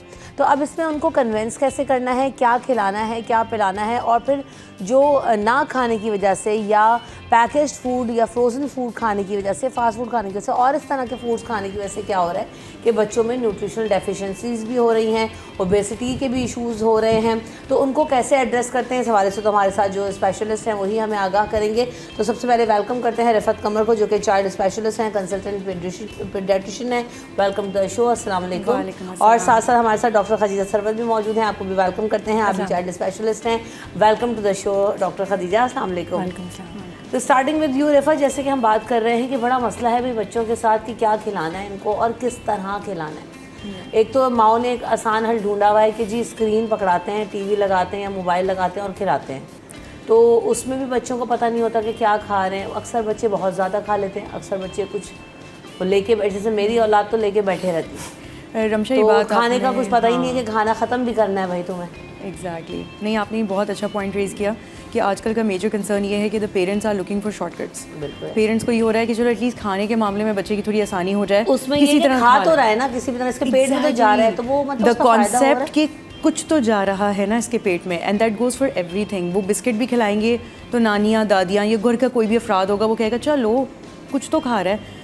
बट द प्रॉब्लम इज़ कि the parents need to understand कि it's not about the quantity, मिकदार इम्पॉर्टेंट नहीं है, खाने की क्वालिटी बहुत इंपॉर्टेंट है। वो एक निवाला भी खा रहा है तो वो क्या खा रहा है, वो उस एक बिस्किट को से ज़्यादा उसको न्यूट्रिशन मिलेगा, या वो एक निवाला आपके घर का दाल चावल खा लेगा तो उससे उसको न्यूट्रिशन मिलेगा। दूसरा मसला ये है कि पेरेंट्स थोड़ा पेशेंस आजकल ख़त्म हो रहा है। दे जस्ट वांट कि बस तुम खा लो बस किसी तरह, मुझे इस पर इतना वक्त सर्फ ना करना पड़े। और आजकल के ज़माने में जो सहूलतें आने लग गई हैं, like you mentioned processed food, अब वो काम एक और शॉर्टकट क्रिएट हो गया। दे दिए, क्रॉकर्स दे दिए फ्राई करके, और कि एक नगेट्स खा लिया उसने, फ्रेंच फ्राइज खा लिया, वो हैप्पी, अब इसने फ्रेंच सही फ्राइज खा भी लिया। घर में आलू तल नहीं रहे ना, भाई आलू वो तो बाहर से क्या आ रहे कर रहे हैं वो फ्राइज बने बनाए जो पैकेट्स हैं वो मिल रहे हैं और लाके तल रहे हैं। वो ला के दे रहे हैं। तो एवरीथिंग, सारा रुझान प्रोसेस फूड के ऊपर है। लाइक वो 6 मंथ्स का हुआ तो मदर्स ये नहीं सोचती कि मैं घर में कुछ बनाऊं, बल्कि देर कॉन्सेप्ट इज़ के जाके सेरेलैक लेकर आना है। बच्चों के प्रोसेस जो सीरियल्स हैं डिफरेंट बने हुए, ओट्स आ रहे हैं क्वैकर्स के, मैंने वही पका के दे देना है घर के फूड के ऊपर, क्योंकि वो कॉन्सेप्ट अभी तक उनका बैठा नहीं है कि बच्चे को आप घर से भी खाना शुरू करवा सकते हैं। तो उस चक्कर में होता ये है कि बच्चे एक तो कन्फ्यूजन की तरफ जा रहे हैं विद द फ्लेवर टोन। अब आप उनको ब्लैंड फूड्स दे के फिर 1 साल के बाद यू ट्राई कि नहीं चलो अब तुम दाल चावल खा लो, तो वो बच्चा कैसे एक्सेप्ट करेगा? उसको पैलेट नहीं एक्सेप्ट कर पाता, वो उस फ्लेवर से फेमिलियर नहीं है, और तब तक बच्चा बहुत अच्छी तरह जिद करना सीख चुका है, तो वो ऑब्वियसली रिफ्यूज़ करते हैं, हमें नहीं खाना। उमूमन ये भी कर रहे हैं ना कि इतनी प्यूरीज पे डाल दिए कि उसको चबाना ही नहीं आ रहा, वो चबाना ही नहीं आ रहा। इतनी अब वो वही वाली बात है, अंग्रेज़ को देख के नकल तो कर रहे हैं, लेकिन अंग्रेज़ वो ये भी तो कर रहा है कि प्यूरी के साथ उसको ब्रोकली भी रख के दे रहा है, उसको जो है वो छोटे से बिस्किट भी रख के दे रहा है पीसेस में। तो हम वो उस तरह से कॉपी नहीं कर रहे, बस प्यूरी देख ली तो प्यूरी के पीछे लगे, प्यूरी के पीछे तो बच्चों को चूइंग प्रॉब्लम्स आ रही हैं। उसकी वजह क्या है और किस एज से जो है वो चूइंग प्रोसेस स्टार्ट हो जाना चाहिए? देखिए डॉक्टर एक्चुअल में ये है कि आपको बच्चे को फिंगर फूड की जो है ना वो आदत डालनी पड़ेगी। एटलीस्ट 10 मंथ्स की एज से आप उनको फिंगर फूड्स, जिसमें आप पता ही नहीं होता फिंगर फूड है क्या। देखिए फिंगर फूड्स में आपके पास कोई भी आप घर में जो है वो कीमा ले लें चिकन का या कोई मटन का ले लें, आप उसको जो है ना खुद घर में जो है वो सिंपल पतली पतली स्टिक्स जो है ना वो उसकी बना लें, ठीक है। आप वो उनको हाथ में पकड़ाएं, इनिशियली जो है वो उसको सिंपल अपने मुंह में ही डालेंगे, मगर इवेंचुअली उनको आदत पड़ना शुरू हो जाएगी उसको बाइट करने की। और फिर ये है कि 1 ईयर अबव जितने भी बच्चे हैं उनको थोड़ा थोड़ा सॉलिड आप इंट्रोड्यूस करना शुरू करें। हमारा ये होता है कि बच्चा सॉलिड मुंह में डालते ही फ़ौरन से उसको उलट देता है, तो उस पर हम ये कहते हैं कि नहीं भाई ये खाना नहीं खा रहा, तो इस वजह से ये है कि चलो हम इसको ग्राइंड करके दे दें या इसको हम बिल्कुल लिक्विड फॉर्म में बनाकर फीडर में डाल के दे दें, तो ये है कि चलो उससे काम आसान हो जाएगा, बच्चा खा लेगा। सेरेलैक भी जरा फीडरों में डाल के पिलाते हैं कि खिलाना ना पड़े। बिल्कुल बिल्कुल, मगर मैं इस हक में हूँ कि आप प्रोसेस्ड फूड की बजाय ये है कि आप घर में खुद, क्योंकि सेरेलैक का भी ऑल्टरनेट में यही है कि आप जब स्टार्टिंग में चावल वाले सेरेलैक से शुरू करते हैं तो आप घर में खुद चावल का आटा मंगवा कर भी या खुद चावल को ग्राइंड करके उसका मिक्सचर बना सकते हैं। तो इस तरह यह है कि आप अपने सामने अपने हाथ से अपने बच्चे को एक न्यूट्रिशनस चीज़, क्योंकि आपको भी नहीं पता कि जो सेरेलैक आप दे रहे हैं उसमें क्या क्या चीज़ें हैं और एक्चुअल में जो लिखा हुआ है वो उसमें है भी कि नहीं। फिर अगर है भी तो उसमें प्रेजर्वेटिव्स बहुत ज़्यादा हैं, बहुत ज़्यादा, तो ये भी एक मसला है। अच्छा मेरा तो बच्चा, अभी आप लोग मिलकर आ ही रहे हैं और से, तो वो तो इतना जो है वो चालाक निकला कि उसने सेरेलैक का एक आधा दफ़ा मैंने उसको ख़रीदा कि चलो स्टार्टिंग में इंट्रोड्यूस कराऊंगे आफ्टर 6 मंथ्स, लेकिन उनको ना समझ आया, उन्होंने खाया। तो अब जो घर का फूड है वो तो वो खा लेते हैं, लेकिन जो हम लोग हों उसमें लाइक दही ऐड कर लिया या कुछ इस तरह की चीज़, तो वो उसको समझ आता है। वो ये डब्बे वाली चीज़ तो बिल्कुल ही अच्छा, सेरेलैक मज़े वगैरह की नहीं बात खाते। ये है कि a lot of mothers do come and tell me कि डॉक्टर ये हमारा खाना खाता है, अपना तो खाता नहीं, मेरी शिकायत ही है। मैं तो शुक्राने के नफिल अदा करती हूँ कि मुझे अलग से कुछ नहीं बनाना है यार, ये तो घर का खाना खा लेता है। अगर आपका तो बड़ी बच्चा ब्लेसिंग सेरेलैक है छोड़ रहा है और आपके चावल रोटी पसंद करे, यू हाँ, mash it and give it to him. नहीं डॉक्टर साहबा क्या बात कर रही है, हम ऐसे कैसे खिला दें उसको? वो 10 महीने का हो गया, साल का हो गया। कि एक जो क्वेश्चन सबसे ज़्यादा हमसे होता है कि भाई हमारा बच्चा खाना नहीं खाता तो हम क्या करें। देखिए आप ना ऑल्टरनेट ऑफ़र करना बंद कर दें। जैसे बच्चा सुबह उठता है, जैसे अगर स्कूल गोइंग बच्चा नहीं है तो आप ये है कि थोड़ा सा उसको टाइम दें, आप सबसे पहले ब्रेकफास्ट कराएं। हमारे यहाँ ये है कि बच्चे ने नाश्ता नहीं किया, फीडर का एक फीडर पकड़ा देते हैं, अच्छा दूध का ग्लास पकड़ा। खदीजा यहाँ पे ये कि ना सुबह उठते ही पहले दूध पिलाओ, उसके बाद नाश्ता वही ना, करेगा। मैं आपसे ये कह रही हूँ कि थोड़ा सा ना, जैसे डिसिप्लिन हमारी लाइफ में है, इसी तरह बच्चों के भी रूटीन को थोड़ा सा डिसिप्लिन करना पड़ता है। जैसे बच्चा सुबह उठता है, आप थोड़ा सा उसको टाइम दें। यूजुअली कुछ बच्चे होते हैं सुबह उठते ही उनको फ़ौरन से भूख महसूस नहीं होती, तो आप ये कि फ़ौरन से उनको दूध ऑफ़र ना करें, थोड़ा सा उनको टाइम दें। इवेंचुअली उनको भूख लगेगी तो सबसे पहले आप उनको नाश्ता ऑफ़र करें। फिर अगर वो अपना नाश्ता कंप्लीट नहीं भी करते तो थोड़ा सा टाइम दें। थोड़ा सा टाइम कुछ बच्चे लेते हैं, और ये आदत 2 दिन में नहीं बनती या टाइम 3 दिन में लगेगा। नहीं, थोड़ा सा टाइम लेता है। ये टाइम लेता है। अच्छा, अब नाश्ते में भी तो समझ नहीं आ रहा होता ना कि बच्चों को क्या खिलाना है। देखिए हर एज के हिसाब से, जैसे for example less than 1 year अगर आपके पास बच्चा है, 6 मंथ से आप वीनिंग स्टार्ट करते हैं, तो इनिशियली तो आपके पास वही चावल है, आपके पास साबूदाना है, आपके पास सूजी है। आप उन्हीं चीज़ों को, कहीं पे नहीं लिखा हुआ कि सुबह नाश्ते में आपने स्पेसिफिकली यही चीज़ देनी है। आप चावल से भी शुरू कर सकते हैं, आप सूजी से भी शुरू कर सकते हैं। अगर आप सुबह उठ के केला भी देना चाहती हैं तो उसका मना नहीं है कि आप सुबह नहीं दे सकती, आप शाम में नहीं दे सकती, आप रात में नहीं दे सकती। जितने फूड्स वो लेता है एटलीस्ट आप उनको टाइम पे डिवाइड कर दें कि भाई आपने सुबह उठ के उसको ये चीज़ देनी है, दोपहर मतलब 2-3 घंटे के बाद आपने उसको एज अ स्नैक ये चीज़ ऑफ़र करनी है, लंच में आप आपके पास कुछ भी बना हुआ है। इवन आप हर सालन में मैं कहती हूँ कि आप आलू डाल दें। जैसे अगर एक बच्चा जो 10 मंथ्स का अक्सर घर बच्चा में है, डल ही रहे होते हैं। हाँ, तो बस वही है कि आप उसको निकाल कर, भले अगर आप खुद स्पाइसी फूड इस्तेमाल करते हैं तो आप ये है कि बच्चे के लिए उसको, जब बीच में आप मसाले नहीं डाल रहे हैं उससे पहले आप वो चीज़ निकाल लें। हाँ, मैं तो सादा खाना निकाल लेती हूँ, या फिर अगर आलू वगैरह जैसे चावल में, ताहरी में या बिरयानी में होते हैं तो चिकन और आलू को वॉश कर लेती हूँ एंड देन उसमें दही के साथ ऐड करके उसको खिला देती हूँ। तो वो बिल्कुल, अच्छा दही के लगता है साथ वो अच्छा ब्लेंड हो जाता है। हाँ। और वो ब्लेंडेड फॉर्म में तो कुछ भी बच्चा खा लेगा, बिकॉज एवरीथिंग इज़ ब्लेंडेबल। आप कोई भी वेजिटेबल यूज़ कर रहे हो, इवन जैसे आपने जिक्र ब्रोकली का किया था, कॉलीफ्लावर का किया था, लौकी और पालक तो सबसे आसान चीज़ है ब्लेंड करना। अगर आपने इस तरह की कोई भुजिया बनाई है या कोई सालन बनाया है वेजिटेबल्स के साथ, वो दाल चावल के साथ बहुत आसानी से ब्लेंड हो जाता है। टेस्ट इट फर्स्ट, अगर आपको लग रहा है कि उसमें अभी भी थोड़े स्पाइसेस हैं, थोड़ी सी दही डाल दें, वो टेस्टी भी होगा और वो बच्चा ले भी लेगा। अच्छा, वेजीज नहीं इंट्रोड्यूस करते हम लोग, लाइक खीरा, गाजर, टमाटर, मूली और ये सब खाने की आदत जो है ना, सलाद बच्चों को वो भी नहीं डाल रही ये होती माएँ। नहीं डाल रही होती, कि ये कितना concept ज़रूरी is- है कि जो बड़ा स्कूल गोइंग बच्चा है उसकी, हम अपने वक्त में तो प्लेट जब बना रहे हैं तो उसमें सारा सलाद ऐड कर रहे हैं, और ये करना अच्छी बात है। जो नहीं करे तो उनको कई शोज़ में कह दिया कि खुदारा सलाद ज़रूर ऐड किया करें, लेकिन बच्चे की प्लेट में वो चीज़ मुझे नहीं लगता कि वो बच्चे को दाल चावल डाल के पकड़ा दिया वो खा रहा है। तो भाई उसको भी अचार भी खिलाओ, उसको भी जो है वो क्या कहते हैं, लाइक क्यूकम्बर भी आप रखें, गाजर भी रखें, प्याज रखें। बिल्कुल, जस्ट तो मेक वो it really fresh small veggies- and chop it up in small pieces, ताकि बच्चा उस पर चोक नहीं करे। लेकिन आफ्टर लाइक आपका बच्चा जब बैठना सीख गया है ना, विच इज़ अराउंड 7 मंथ्स, कुछ बच्चे 8 महीने में बैठना शुरू करते हैं, आपके बच्चे ने बैठना शुरू कर दिया, क्रॉल करना शुरू कर दिया, दैट मीन्स अब उसकी बॉडी में मूवमेंट्स आ गई हैं। तो आप उसको सॉलिड चीज़ें दे सकते हैं जिसमें चोकिंग के चांसेस कम हैं। चोकिंग के चांसेस एक लमसम आइडिया दे रही हूँ कि उन बच्चों में ज़्यादा होता है जो उन्होंने बैठना नहीं शुरू किया अभी तक, और वो लेटने वाले बच्चे ज़्यादा हैं। नहीं, जैसे मसला बड़े ज़्यादा बच्चे है। हैं 3-4 साल, देखिए 6 उसमें साल वही का बात है बच्चा, ना कि ज़रूर दें। आप ना ऑफ़र करें। ज़रूर हमारे यहाँ दें। ये होता है कि हमने चीज़ ऑफ़र की, हमारे बच्चे ने वो चीज़ नहीं खाई, हम उस पर अगली दफ़ा ऑफ़र करेंगे, उससे अगली दफ़ा हम कहेंगे कि नहीं अच्छा ये तो ये चीज़ नहीं खाता। फ्रूट्स में भी यही करते हैं। क्योंकि टेस्ट डेवलप होने में भी थोड़ा सा टाइम लगता है। ऐसे नहीं होता कि विद इन 2 दफ़ा में दे दिया, क्योंकि अगर हम भी किसी ऐसी जगह पर जाते हैं जहाँ पे नया खाना हम खाते हैं, हो सकता है पहली दफ़ा में वो चीज़ अच्छी ना लगे, मगर हम अपने लिए उस चीज़ को सही समझते हैं। मगर बच्चों के लिए हम कहते हैं कि अगर इन्होंने ये नहीं खाया तो हम नेक्स्ट टाइम ऑफ़र ही नहीं करते। तो थोड़ा सा पेशेंस रखना है, ये मैं सबको यही कहती हूँ, मैं अपने पेशेंट्स को भी कहती हूँ कि थोड़ा सा सब्र रखना है। ये बच्चे हैं, ये विद टाइम सीखेंगे। जैसे आप स्कूल में डालते हैं और आप उनको पढ़ना सिखाते हैं, फ़ौरन से पहले दिन जाके स्कूल में लिखना नहीं शुरू हो जाता। तो विद टाइम है ना, थोड़ा सा टाइम लगता है, और इवेंचुअली जब आप देते जाते हैं, ऑफ़र करते जाते हैं, तो वो खाना शुरू कर देते हैं। और मेरे खुद 2 बच्चे हैं, और ये है कि ऐसा नहीं है कि मैं ये कहूँगी कि वो सब चीज़ें खा लेते हैं, मगर इवेंचुअली जब आप उनको देते जाते हैं तो उनको आदत पड़ जाती है। जब आदत पड़ जाती है तो वो ऑटोमेटिकली आपसे खुद मांगना शुरू कर देते हैं। बहुत सारे बच्चे ऐसे हैं कि जिनको अम्माएँ बिठा के खिलाएं और ठुसाएं ना तो वो खाते भी नहीं हैं। हाँ। अब ये हैबिट ये अब है इसमें ना क्या कि करें? आगे देखें, आपको बच्चे को 2 इयर्स के बाद जो है ना, थोड़ा सा, अब मदर्स क्या कहती हैं कि नहीं हम इसलिए नहीं छोड़ते क्योंकि ये कचरा फैलाते हैं, गंद फैलाते हैं। फैलाने दें, कोई बात नहीं, एक दफ़ा देखिए ठुसाने की नहीं है, आप उसको कोशिश करें कि खुद खाने दें, जितना वो खा लेता है उसके बाद अगर आप खिला सकते हैं तो खिला दें। अगर आपके बच्चे ने प्लेट कंप्लीट नहीं की तो टेंशन लेने की बात नहीं है। नहीं, अब तो जब माँ प्याले में खाना डाल के लाई है ना, जब तक नहीं खाएं खिलाएंगी वो वहाँ से हिलेंगी नहीं। अगर देखें, अगर प्लेट कंप्लीट नहीं की तो कोई बात नहीं, आप 2 आवर्स के बाद उसको फिर से ऑफ़र कर दें।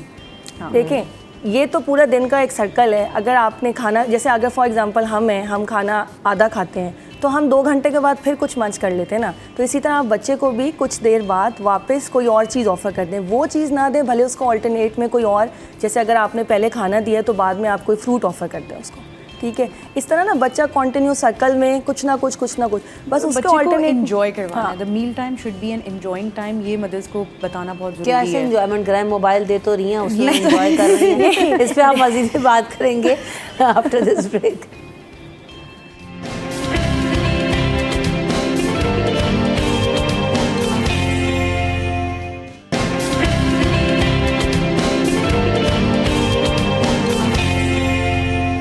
Welcome back in city at 10। तो जनाब, जाने से पहले बात हो रही थी कि खाने में एंटरटेनमेंट बच्चों की कैसे लेकर आए। तो माओ ने तरीका ये ढूंढा है कि या तो जी कोको मेलन लगाया जाता है, या कोई कार्टून्स लगा दिए जाते हैं, या XYZ कोई स्क्रीन पे कुछ लगा दिया जाता है। और बड़े बच्चे भी, और बड़े बच्चे क्या, हमारी अपनी फैमिली मेम्बर्स भी जो बड़े हैं, TV लगा हुआ है या तो खबरें देख रहे हैं या कोई ड्रामा देख रहे हैं, तो हम सब खा रहे हैं। तो ये ट्रेंड है एंटरटेनमेंट का हमारे यहाँ। तो सभी स्क्रीन टाइम के साथ खाना खा रहे हैं, तो क्या प्रॉब्लम है रिफत इसमें? देखिए, सबसे बड़ी चीज़ तो ये कि इवन अब साइकोलॉजिस्ट ने भी, उनकी स्टडीज़ हैं और बहुत सारी स्टडीज़ हैं, बल्कि एक आम बात हो गई है कि आपने जो मील टाइम है उसको एक्सक्लूसिवली मील टाइम रखना है अपने लिए। जो ये हम लोगों ने खुद की भी आदत बनाई हुई है, बच्चे हमें ही तो फॉलो कर रहे हैं ऑब्वियसली, कि बैठ के ड्रामा लगा लिया या न्यूज़ चैनल लगा लिया एंड उस वक्त आपका खाना पीना उसके साथ साथ चल रहा है। The problem with this is कि उसमें एक तो आपका मेटाबॉलिज्म बड़ा मुतासर होता है। ये सर्वे के मुताबिक इन्होंने फाइंड आउट किया है कि जो आपकी डाइजेशन और आपकी डाइजेस्टिव इश्यूज़ हैं वो उस वक्त ज़्यादा होते हैं when you are eating in a very distracted manner. Now it can be because of a TV that you watching और you working at the same time. एक हाथ लैपटॉप पे है, आप अपनी रिपोर्ट तैयार कर रहे हैं और दूसरे हाथ से आप हैप्पीजली खा रहे हैं, यू नॉट च्यूइंग वेल। पहली बात तो ये, आप उस तरह से चबा नहीं रहे जिस तरह से आपने फोकस करना है, क्योंकि आपका सारा ध्यान दूसरी तरफ है, स्क्रीन की तरफ है। दूसरी चीज़ ये है कि आपकी इवन बॉडी डिस्ट्रैक्टेड है, क्योंकि आपकी बॉडी एक AI है ना, एक आर्टिफिशियल इंटेलिजेंस है, it's working in its own capacity. तो जब आपका फोकस ब्रेन का सारा स्क्रीन की तरफ होगा तो आपका खाने की तरफ कोई ध्यान नहीं है। What you eating, how you eating, how much you eating, और आप किस तरह चबा रहे हैं, किस तरह निगल रहे हैं उसको। उसकी वजह से ब्लोटिंग, बदहजमी, मैल डाइजेशन, इस तरह के प्रॉब्लम ज़्यादा देखे गए हैं in comparison to those people जो ज़रा टाइम निकाल कर बैठ के तरीके से अपना खा रहे होते हैं और मिल के खा रहे होते हैं। जो एक ग्रुप गैदरिंग होती है ना, उसमें वो वाली जो इंटरेक्शन है, जो ह्यूमन टू ह्यूमन कॉन्टैक्ट वाली इंटरेक्शन है, वो ज़्यादा हेल्दी है आपके लिए। बिल्कुल, it gives you a better chance. भाई सबके साथ दस्तरखान पे बैठ के खाएं तो ज़्यादा खाया जाता है। मैं और आप अकेले खाना खाएंगे तो हम नहीं खा सकते, नहीं दिल चाह रहा होता। एक और चीज़ है, भी हम थोड़ी देर पहले फ्राइज़ और नगेट्स और इनकी बात कर रहे थे, तो मुझे भी ये भी याद है, नूडल्स का बड़ा एक जो है रुझान आम है। हाँ, नूडल्स बना दिया और बच्चे को टिपा दिया। नहीं, आजकल ये भी बड़ा ट्रेंड है कि हमारे पास डिफरेंट पेशेंट्स आते हैं जो कहते हैं कि जी बच्चा हमारा बहुत शौक से मैगी खाता है। बड़ी अच्छी बात है। जो 10 मिनट्स फूड हैं वो सब कुछ ना कुछ प्रोसेस्ड फूड है, और वो उस तरह से आपको न्यूट्रिशियस चीज़ें नहीं दे सकते। नूडल्स में तो रिसर्च आ गई पूरी। बिल्कुल। तो ये है कि कोशिश करें कि, मैं वही फिर बात कहती हूँ कि आप वो चीज़ें लाएं ना, आप बच्चों को खुद इंट्रोड्यूस कराते हैं। बच्चे कहाँ से ये चीज़ें सीखते हैं? हमसे सीखते हैं। हम सबसे पहली दफ़ा अपने बच्चे को एक स्लांटी का पैकेट दिखाते हैं तो उसके बाद उसे पता लगता है कि दुनिया में स्लांटी खिला रहे हैं। जी बिल्कुल। क्वेश्चन हम करते हैं कि जी आप बच्चे को क्या खिला रहे हैं? जी बिस्किट भी खाता है, ये स्लांटी भी खाता है। तो मैं उसे कहती हूँ कि आप खाने में क्या दे रहे हैं। देखिए, और एक तो सबसे ज़्यादा खदीजा ये बोलते हैं, जब वीनिंग प्रोसेस स्टार्ट हुआ 6 माह, उसको वो ग्लू को खोलो, टाइगर बिस्किट खोलो और दूध में पिला दो। ओफ, ये नानियों का और दादियों का फेवरेट टोटका है। नहीं डॉक्टर, ग्लूको बिस्किट सही है, ठीक है। बस हमारे ना माइंडसेट इस तरह से बने हुए हैं कि जो क्या है उसमें, वो तो कहते हैं बिस्किट में इतना तो न्यूट्रिएंट है, तो क्या है, खिलाना चाहिए नहीं खिलाना चाहिए? देखिए, वो चीज़ जिसमें आपको पता नहीं है कि उन्होंने क्या चीज़ डाली हुई है, जो एक पैकेट के अंदर आ रहा है, जो आपके सामने खुद नई चीज़ बनी हुई, आप नहीं बता सकते कि उसमें उसकी न्यूट्रिशनल वैल्यू उन्होंने लिखी तो हुई है, मगर वो उतना फ़ायदेमंद नहीं है। थोड़ा सा टाइम निकाल कर आप भले बिस्किट सिर्फ इसलिए देते ना कि हैंडी है, ट्रैवलर फ्रेंडली फूड है, कि आप कहीं भी जाते हैं बिस्किट खोल के निकाल के देंगे, तो उससे बेहतर है आप बनाना साथ ले जाएं। कहीं भी कुछ भी नहीं होता। थोड़ा सा बड़ा बच्चा है तो आप कोई एप्पल साथ में रख लें, ठीक है। अगर थोड़ा सा और बड़ा बच्चा है तो कोई भी जो सीजनल फ्रूट आ रहा है मार्केट में, आप उसको काट के एक बॉक्स में डाल के भले ले जाएं, या आप वैसे ही साथ में रख लें। भाई खाने की प्रैक्टिस करवाएंगे तो सीजनल फ्रूट भी डाल के लेके जाएंगे ना। जब आपने उसको मैगी और बिस्किट और चिप्स पे लगाया हुआ है तो फिर वो कैसे सीजनल फ्रूट की तरफ नहीं, सारी बात ही बस यही है कि आप स्टार्टिंग से ही डिसिप्लिन रखें कि भाई जो चीज़ का टाइम है उस टाइम पे हम वो चीज़ करेंगे। मैं ये नहीं कहती कि आप बच्चों पे सख्ती करें, आप बच्चों पे सख्ती ना करें, आप बिल्कुल आराम से भी कहें तो इवेंचुअली बच्चे सीखते हैं। हम ज़बरदस्ती करते हैं तो वो एग्रेसिव होते हैं, उनको लगता है कि बस ये चीज़ हमारे सामने आ गई है तो हमने तो बस अब ये टाइम हो गया कि हम पे सख्ती शुरू हो जाएगी। मगर ये है कि जैसे जैसे आप आराम आराम से उनको सिखाएंगे इवेंचुअली वो सीख जाते हैं। जैसे अब हम अपने बचपन में शायद इसी तरह के पिकी ईटर होंगे, मगर इवेंचुअली जब अब हम बड़े हो गए हैं तो हमें स्पेशली अब खाने पे थोड़ा हाथ हल्का रखना पड़ता है। हाँ, हमें पता है हमें कितना खाना है, क्या खाना है। सही बात है, बिल्कुल ऐसा ही है। तो चैलेंजेस तो यकीनन बहुत सारे हैं, अब आसानियाँ भी खैर हैं, ऐसा नहीं है कि जो आसानियाँ नहीं है। माएँ जो थोड़ा सा अगर अपना टाइम मैनेज कर लें बच्चों के साथ तो चीज़ें बहुत इजी हो जाती हैं पहले के दौर के मुताबिक। हमारे पास अल्हम्दुलिल्लाह नेट की सहूलत है जो हमारी मदर्स के पास नहीं थी। So if you want to cook something, आपको अपने बच्चे के लिए कुछ बनाना है, चले हमने ही कह दिया ना कि आप घर में कुकिंग करें, द मदर थिंग्स के मुझे तो इतनी चीज़ें नहीं आती हैं, स्टिल शी हैज़ ऑप्शंस। उसके पास गूगल है, इतनी सारी ऐप्स है फूड फ्यूजन वगैरह की, जिस पे मदर्स के लिए स्पेसिफिकली 5 मिनट्स की जो डिफरेंट फूड आइटम्स हैं जो हेल्दी भी हैं, उनके अंदर सारी न्यूट्रिशियस वैल्यूज़ भी हैं, वो घर में आराम से बना सकती हैं। अच्छा, हम बहुत सारी बातें तो ये कर रहे हैं, इंस्टेंट फूड पकड़ा दिए, ये पकड़ा दिए, लेकिन बहुत सारी माएँ ऐसी भी हैं जिनको मैंने देखा है कि वो वाकई अपने बच्चों के लिए बड़ा टाइम लगा रही होती हैं, बड़ी मेहनत के साथ जो है ना, कि नगेट्स भी बना के रख रहे हैं तो वो घर में बना रही हैं, फ्राइज़ हैं तो वो घर में बना के उस तरह से रख रही हैं। तो ऐसा नहीं, स्प्रिंग रोल्स बना के रख रही हैं। अभी जो है वो काफ़ी बच्चों को उससे हेल्प हो जाती है। लंच बॉक्स में भी जो है ना, मैं कहती हूँ हेल्दी चीज़ें देना चाहिए। शुक्र है कि थोड़ा सा स्कूल वालों ने भी इसके ऊपर फोकस किया है कि आप जो है वो जंक फूड ना दें, तो उससे भी थोड़े बड़े बच्चों की तरफ से इनिशिएटिव बहुत इंपॉर्टेंट था, क्योंकि हम लोग तो बोल बोल के थक गए थे। And there are many a times parents को जब मैं गाइड करती थी कि लंच बॉक्स में ये स्लांटी और केक और ये सब चीज़ें नहीं जानी चाहिए, देवर लाइक कि मैडम मैं क्या करूँ, मेरा बच्चा अपसेट इसलिए होता है क्योंकि इसके सारे दोस्त लेकर आते हैं, स्कूल की तरफ से कोई रेस्ट्रिक्शन ये बड़ा मसला था। ये पीयर प्रेशर कि वाकई बच्चा इन्फीरियरिटी कॉम्प्लेक्स का शिकार होगा कि मेरी माँ के पास शायद पैसे नहीं है इसलिए वो मुझे चिप्स के पैकेट्स नहीं दे रही है। तो स्कूल की तरफ से जो इनिशिएटिव्स हैं, there very few schools who are doing this, but that's a very commendable thing they are doing, कि उन्होंने बड़ी रिस्ट्रिक्शन लगाई हुई है कि नो जंक फूड। एक सैंडविच भी लाओ, एक समोसा भी घर से उठा के लाओ, लेकिन वो घर का लेकर आओ। बिल्कुल, so that is actually a very good initiative. और ये सारे स्कूल्स को चाहिए कि थोड़ा सा इस चीज़ पे करें ताकि पेरेंट्स के ऊपर का प्रेशर थोड़ा हल्का हो। वो बेचारे भी क्या करें, they are doing the best they can, लेकिन जब बच्चा स्कूल जाना शुरू हो जा रहा है तो उसके बाद ही a little extra conscious about these things कि वो वहाँ से क्या सीख के आ रहा है, वहाँ क्या देख। एक तो दूध का क्या टाइम है, दूध देने का, जैसे आपने कहा सुबह में बच्चे को ना दो। अब छोटे बच्चों को चले फीडर्स वगैरह का चल रहा है, सुबह में भी आप दे देते हैं, उसके बाद खिला भी लेते हैं। जो बड़े बच्चे हैं, स्कूल गोइंग बच्चे हैं, उनके साथ क्या होता है, सुबह नाश्ता करना है, दोपहर में खाना खाना है, शाम में रात में खाना खाना है, तो फिर वो दूध से जो है ना उनका टाइम नहीं समझ आ रहा कि किस टाइम उनको दूध देना है। क्या रात में ही दूध देना ज़रूरी है? नहीं, देखिए ज़रूरी नहीं है। इसमें यह है कि आपने जो 6 मंथ से पहले वाले हैं उनके लिए तो खुराक ही सिर्फ दूध है। जब वीनिंग स्टार्ट होती है ना, तो वो वीनिंग स्टार्ट ही इस वजह से होती है कि हमें दूध से उस तरह की न्यूट्रिशियस चीज़ें नहीं मिल रही होती। अब जो थोड़े से बड़े बच्चे होते हैं उनमें यही है कि आपने 1 ग्लास पर डे देना होता है। आप किसी भी टाइम पे दे सकती हैं, आप स्नैक टाइम पे दे दें। जैसे आप शाम को 5:30-6 बजे सब घरों में चाय वगैरह चलती है, अक्सर औकात लोग बच्चों को भी चाय ऑफ़र कर देते हैं, तो आप उस टाइम उनको चाय ना ऑफ़र करें, आप उनको उस टाइम दूध का ग्लास ऑफ़र कर दें। तो ये है कि बाकी अगर आपका नाश्ते का जिस तरह टाइम है, आप सुबह नाश्ता कराते हैं तो आप कई दफ़ा नाश्ते के साथ भी उनको दूध ऑफ़र कर सकते हैं। तो कोई स्पेसिफिक टाइम नहीं है, बस आपने 1 गिलास दूध देना ये मस्ट है, किसी भी टाइम आप दे दें। ये चाय का कितना नुकसान है जो बच्चों को देने वेरी क्विकली, क्योंकि अब यही वाली बात कि नानियाँ दादियाँ और दादी दादा जो है ना वो चाय और नानी नाना जो है वो चाय पिलाओ, क्यों नहीं पिलाते? अरे क्यों पिलाओ? चाय जो है ना वो कैफिनेटेड ड्रिंक है, सिंपल। और आपको पता है कैफ़ीन हमारा न्यूरोस्टिमुलेंट है, उसके अलावा वो डाययूरेसिस कराता है, बहुत ज़्यादा यूरिन पास करवाता है। बच्चे ऑलरेडी पानी कम पीते हैं, अगर आप उनको ये ड्रिंक्स देते हैं तो एक तो वो स्टिमुलेटेड रहते हैं, जो हमारे यहाँ बच्चे बहुत एग्रेसिव फिर रहे होते हैं, बहुत हाइपर पर रहते हैं, ठीक है। दूसरी बात ये है कि चाय जो है वो आयरन की एब्जॉर्प्शन नहीं होने देता। अच्छा, तो वो गट से एब्जॉर्प्शन नहीं होने देता, तो अगर कहीं से किसी वजह से आयरन आ भी रहा होता है तो वो उसको एब्जॉर्ब नहीं होने देता। सही। तो इस वजह से हम उससे भी मना करते हैं, और ये तो सबसे पहले हम मना करते हैं कि आपने चाय ही नहीं देनी, लेकिन कोई नहीं सुनता अनफॉर्चुनेटली। ब्रेक लेते हैं, ब्रेक के बाद हाजिर होंगे।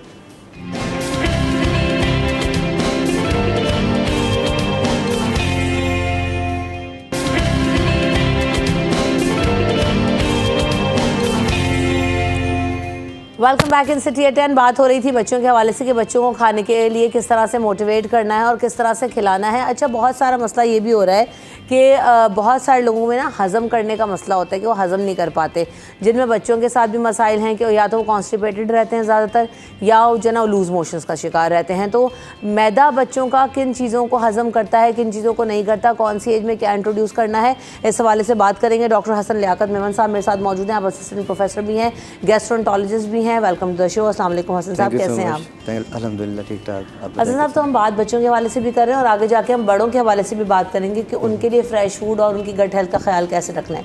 लेकिन स्टार्टिंग विद किड्स, किस उम्र में बच्चे को क्या खिलाया जाए जो वो हज़म करने की सलाहियत रखता हो। जैसे भी हम थोड़ी देर पहले बात करते कि इंस्टेंट नूडल्स दे दिए, आपने जी चाय पिला दी, आप जो है वो सिर्फ केले पे केला खिलाए जा रहे हैं, या बहुत एक ही तरह का फूड है, गंदम बहुत सारे बच्चे टॉलरेट नहीं कर पाते। तो किस तरह से पता लगता है बहुत लूज मोशंस हो रहे हैं या कॉन्स्टिपेटेड बच्चा है, तो कैसे उसके इश्यूज़ क्या होते हैं डॉक्टर? जी बिल्कुल, बेसिकली बैलेंस डाइट होनी चाहिए। बेसिकली पीडियाट्रिशियन ने इनको ज़्यादा ये आप बता सकते हैं कि 6 मंथ में आप क्या देना है, उसके बाद क्या देना है, क्योंकि 6 मंथ तक तो आपने सिर्फ मदर फीड पे रखना है आपको पेशेंट बेबी को। उसके बाद आपने हल्का हल्के आपने वो वीनिंग करनी है, उसमें आपने थोड़ा बहुत सीरियल्स आते हैं कुछ, आपने वो ऐड ऑन करना है, कुछ बनानास आपने हल्के फुल्के ऐड करने हैं, लेकिन मदर फीड भी साथ रखनी है। मदर फीड ऑलमोस्ट आपने 18 मंथ से 2 ईयर्स तक आपने कंटिन्यू रखनी है, क्योंकि mother feed contains lot of immunoglobulins जो कि बेबी की हेल्थ के लिए बहुत इंपॉर्टेंट है। आजकल क्या हो रहा है कि बहुत सारी माएँ ड्यू टू या तो कह लें कि वो टाइम नहीं दे पा रही बच्चों को, या दूसरे या तो प्रॉपर विटामिन नहीं है, मदर खुद वीक है, जिस वजह से बेबी को प्रॉपरली वो फीड नहीं करवा पाती, जिस वजह से बच्चे जो है बेचारे इम्यूनोलॉजिकली वीक होते जा रहे हैं। सो एक तो उसी पे ख्याल रखा जाए। दूसरी बात ये कि जैसे बच्चे ग्रो हो रहे हैं आजकल, तो जो ग्रोइंग एज है, खेलने कूदने की एज है, उसमें बच्चों को जो फास्ट फूड वगैरह आजकल जंक फूड बहुत ज़्यादा कॉमन होता जा रहा है। बच्चे बाहर निकलते हैं तो कुछ नहीं खा रहा, बच्चे कोल्ड ड्रिंक पे फ़ौरन हाथ लगाएंगे। लाइक हमारे 2 साल का बच्चा भी है ना, वो खाना नहीं खाएगा, आप दें कुछ भी तो वो कहेगा नहीं चाहिए, कोल्ड ड्रिंक हाथ में तो फ़ौरन उठा के वो पी लेगा वो। सो कोल्ड ड्रिंक्स कि एक कोल्ड ड्रिंक कितनी मतलब जहर है, उसमें कंटेन्स दी डिफरेंट कैफीन के एक तो बहुत ज़्यादा वो कंटेंट होता है, इसके अलावा शुगर्स का बहुत ज़्यादा ना वो होता है, तो वो बेसिकली जो है ना बेबी को बहुत ज़्यादा हार्म कर सकता है। ठीक है। अच्छा, आजकल बेसिकली जो है एक तो मोबाइल्स इतने ज़्यादा कॉमन हो गए, माँ बाप भी कहते हैं कि चलो यार ये मेरी जान छोड़े, कम से कम मोबाइल में लग जाए। मोबाइल लगे हुए हैं और इतना शोर शराबा करते हैं वो कि पूरा दिन जो है ना वो मोबाइल में लगे हुए हैं, एक्टिविटी कम हो गई है उनकी। तो इस वजह से वो अगर वो कुछ भी डाइट ले रहे हैं तो वो प्रॉपर डाइजेस्ट नहीं हो पा रही है। तो लाइक अगर जो है बड़े बच्चे ना उनमें कॉन्स्टिपेशन के बड़े मसाइल हैं और मोशंस भी हो रहते हैं, तो क्या वजह है इसकी? देखिए, जो कुछ बच्चे जो वाटर इनटेक प्रॉपर नहीं कर रहे अगर, तो उनमें जो है ना वो कॉन्स्टिपेशन होने के चांस ज़्यादा हैं उसमें। ठीक है। और लाइक पूरे दिन खेलना कूदना या फिर टीवी मोबाइल में लगे हुए, तो उसके बाद जो है ना वो खाना जो प्रॉपर उनको जो लेना है वो नहीं ले पा रहे। उसमें जो है ना आप जो कहें बहुत ज़्यादा मोशन हो रहे हैं, एक तो देखिए पानी का प्रॉपर जो है ना वो इंटेक नहीं है, बॉइल्ड वाटर नहीं है वहाँ हमारे यहाँ, सही। तो जो घरों में पानी आ रहा है अभी बहुत सी जगहों पे ऐसा आ रहा है कि वो it's not suitable for the drinking purposes.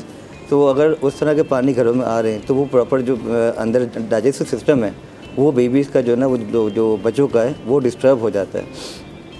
अच्छा, अगर आप इसको जो डिवाइड करें अकॉर्डिंग टू दी कैलोरीज, तो जो कार्बोहाइड्रेट का जो परसेंटेज है वो आपका 45 to 50% होना चाहिए आपका।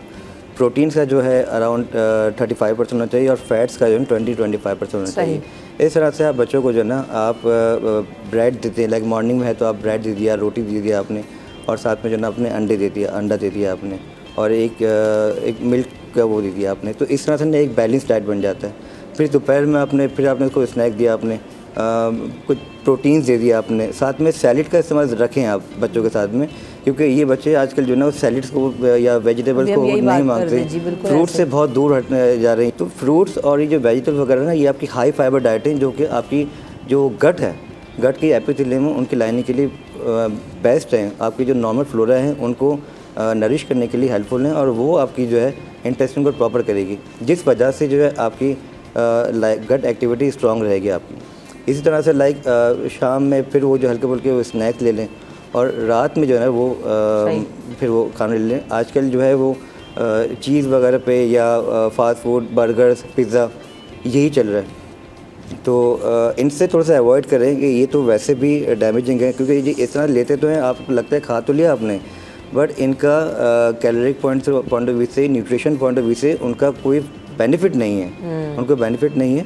तो बेहतर ये है कि फ्रूट्स का, वेजिटेबल्स का, इनका इस्तेमाल ज़्यादा हो रादर दैन जो ना उस पर वो। अच्छा, बच्चों में एक और चीज़ ये है कि ये जो पेट में कीड़े हो जाते हैं उसकी वजह से भी जो है ना बच्चे या तो पेट के प्रॉब्लम्स रहते हैं, या खाना जो नहीं खा पाते सही से, या जो उनका निज़ाम हाज़मा भी अच्छा फंक्शन नहीं कर रहा होता, तो उसका क्या हल होता है और जो है वो किस तरह से पता चलता है, सिम्टम्स क्या होते हैं? देखिए सिम्टम्स तो यूजली तो लोग नॉन स्पेसिफिक सिम्टम्स के साथ आते हैं कि भाई मुस्तकिल पेट में रात के दर्द की शिकायत कर रहा है, या ये है कि उनको खारिश की शिकायत हो रही है पीछे। इसमें यह है कि कॉज कई दफ़ा यही होता है कि जो पानी का इंटेक कर रहे हैं ना हम, जो पानी है उसके थ्रू ही वो एग्स ट्रांसफ़र हो रहे होते हैं अंदर। दूसरा फिर ये है कि अगर एक बच्चे के पेट में कीड़े होते हैं तो वो भी जो शेड होते हैं, तो उनके जो फीमेल वॉर्म एग्स देती है तो वो शेड होते हैं, वो कपड़ों पे लगते हैं, वहाँ से बिस्तर की चादरों पे लगते हैं। फिर अगर हैंड हाइजीन का ख्याल नहीं रखते तो वो वहाँ से अंदर वापस किसी और बच्चे के अंदर चले जाते हैं। तो वैसे तो ये है कि हम डीवॉर्म करवाते हैं अगर कोई इस तरह की कंप्लेन के साथ आते हैं, और अगर इन केस ऐसा होता है कि भाई किसी एक बच्चे के हों तो हम पूरी फैमिली को भी कई दफ़ा डीवॉर्म करना पड़ता है, क्योंकि एक की वजह से बाकियों के पेट में भी होते हैं।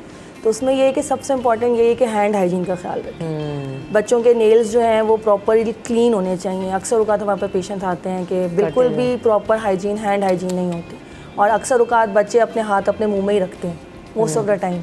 कुछ भी कर रहे हैं, पढ़ते वक्त पेंसिल्स मुंह में होंगी, टीवी देखते वक्त हाथ या कोई ना कोई कपड़े का टुकड़ा मुंह में होगा। तो ये चीज़ों से थोड़ा सा प्रिवेंट करें, और मदर भी जो है ना थोड़ा सा हैंड हाइजीन पे घर में भी फोकस करें कि खाने से पहले हमेशा बच्चे के हाथ धुले होने चाहिए।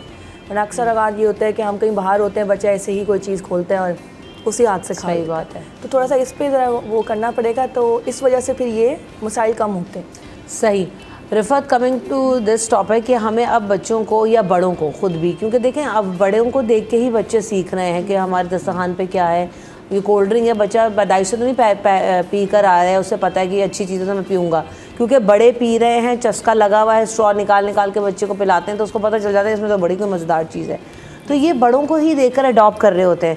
तो ताज़ा ग़िज़ाओं की तरफ कैसे आना है, ये प्रोसेस फूड से कैसे बचें, और किन चीज़ों को हमें ऐड करना चाहिए। लाइक मुझे याद है कि मेरी जो मदर है वो भी टमाटर धो के हमें पकड़ा देती थी कि चलो तुम्हें खा लो, खीरा धो के पकड़ा दिया, 2 टुकड़े करके पकड़ा दिया। कोई बहुत ज़रूरी नहीं कि उसको फैंसी कट करके वो देती थी, लेकिन हमें उस तरह से उसको खाने की एक आदत डेवलप हो गई। फ्रूट आया सर्दा गर्मा, वाटरमेलन, तो वो बड़े बड़े टुकड़े भी अम्मी हमें दे देती थी कि तुमने इसको खाना है, जैसे पसंद आ रहा है वैसे खाओ। तो ये प्रैक्टिस अब मैं देख रही हूँ कि बहुत कम हो गई है, क्योंकि वही वाला फैक्टर कि गंदगी हो जाएगी ये सब। तो ताज़ा चीज़ों में क्या क्या इस्तेमाल कर रहे हैं बड़े भी और छोटे भी? देखिए आपने बहुत अच्छी बात की रमशा कि बच्चे जो है ना आपका कहना नहीं मानते हैं, आपकी आदतें देखते हैं। बिल्कुल ऐसे। They watch what you do, और फिर वो उसी के हिसाब से आपको फॉलो करते हैं। तो यू आर वेरी राइट कि पहले हमें अपनी आदतें थोड़ी सी मॉडिफाई करनी पड़ेंगी। हम बहुत ईजी गोइंग हो गए अपनी लाइफस्टाइल को लेकर।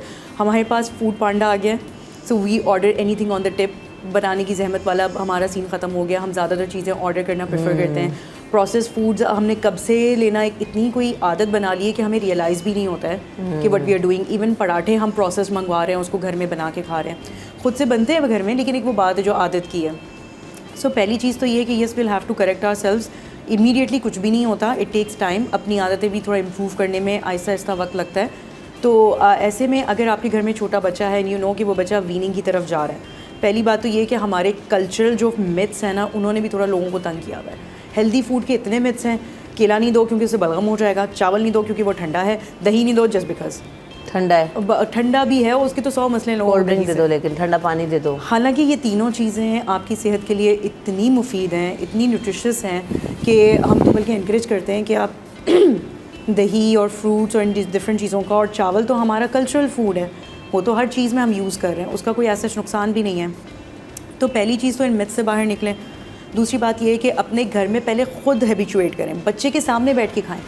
वो आपको देखेगा, वो पहले सिर्फ देखेगा, फिर उसको तजस्सुस होगा और वो आपके पास अब एक आएगा। ये भी तो चक्कर होता है ना कि पहले आप या तो खुद खा लो या पहले बच्चे को खिला देते। तो दस्तरखान पे बच्चों का होना, जैसे हमारी सुन्नत भी, हमारे दीन में भी कहते हैं कि जिस दस्तरखान से बच्चे खाते हैं तो वो फरिश्ते जो है ना उस दस्तरखान पे आते हैं और वहाँ पर अल्लाह ताला की बरकतें उतरती हैं। तो हम जो है वो बच्चों को पहले ही दस्तरखान से, मस्जिदों से, हर जगह से बाहर निकाल देते हैं। बेटा आप शोर करोगे, आप बाहर निकल जाओ, आप दस्तरखान पे गिराओगे तो आप साइड हो जाओ, या अम्मा को खाने नहीं देगा तो पहले ही या तो खा लो या इसको बाद में खिलाना। तो हमारी थोड़ी सी सोशल जो प्रैक्टिस है ना, उसकी वजह से भी हमारी हैबिट्स नहीं डेवलप हो रही। हम इस पर मज़ीद भी बात करेंगे बट आफ्टर दिस ब्रेक।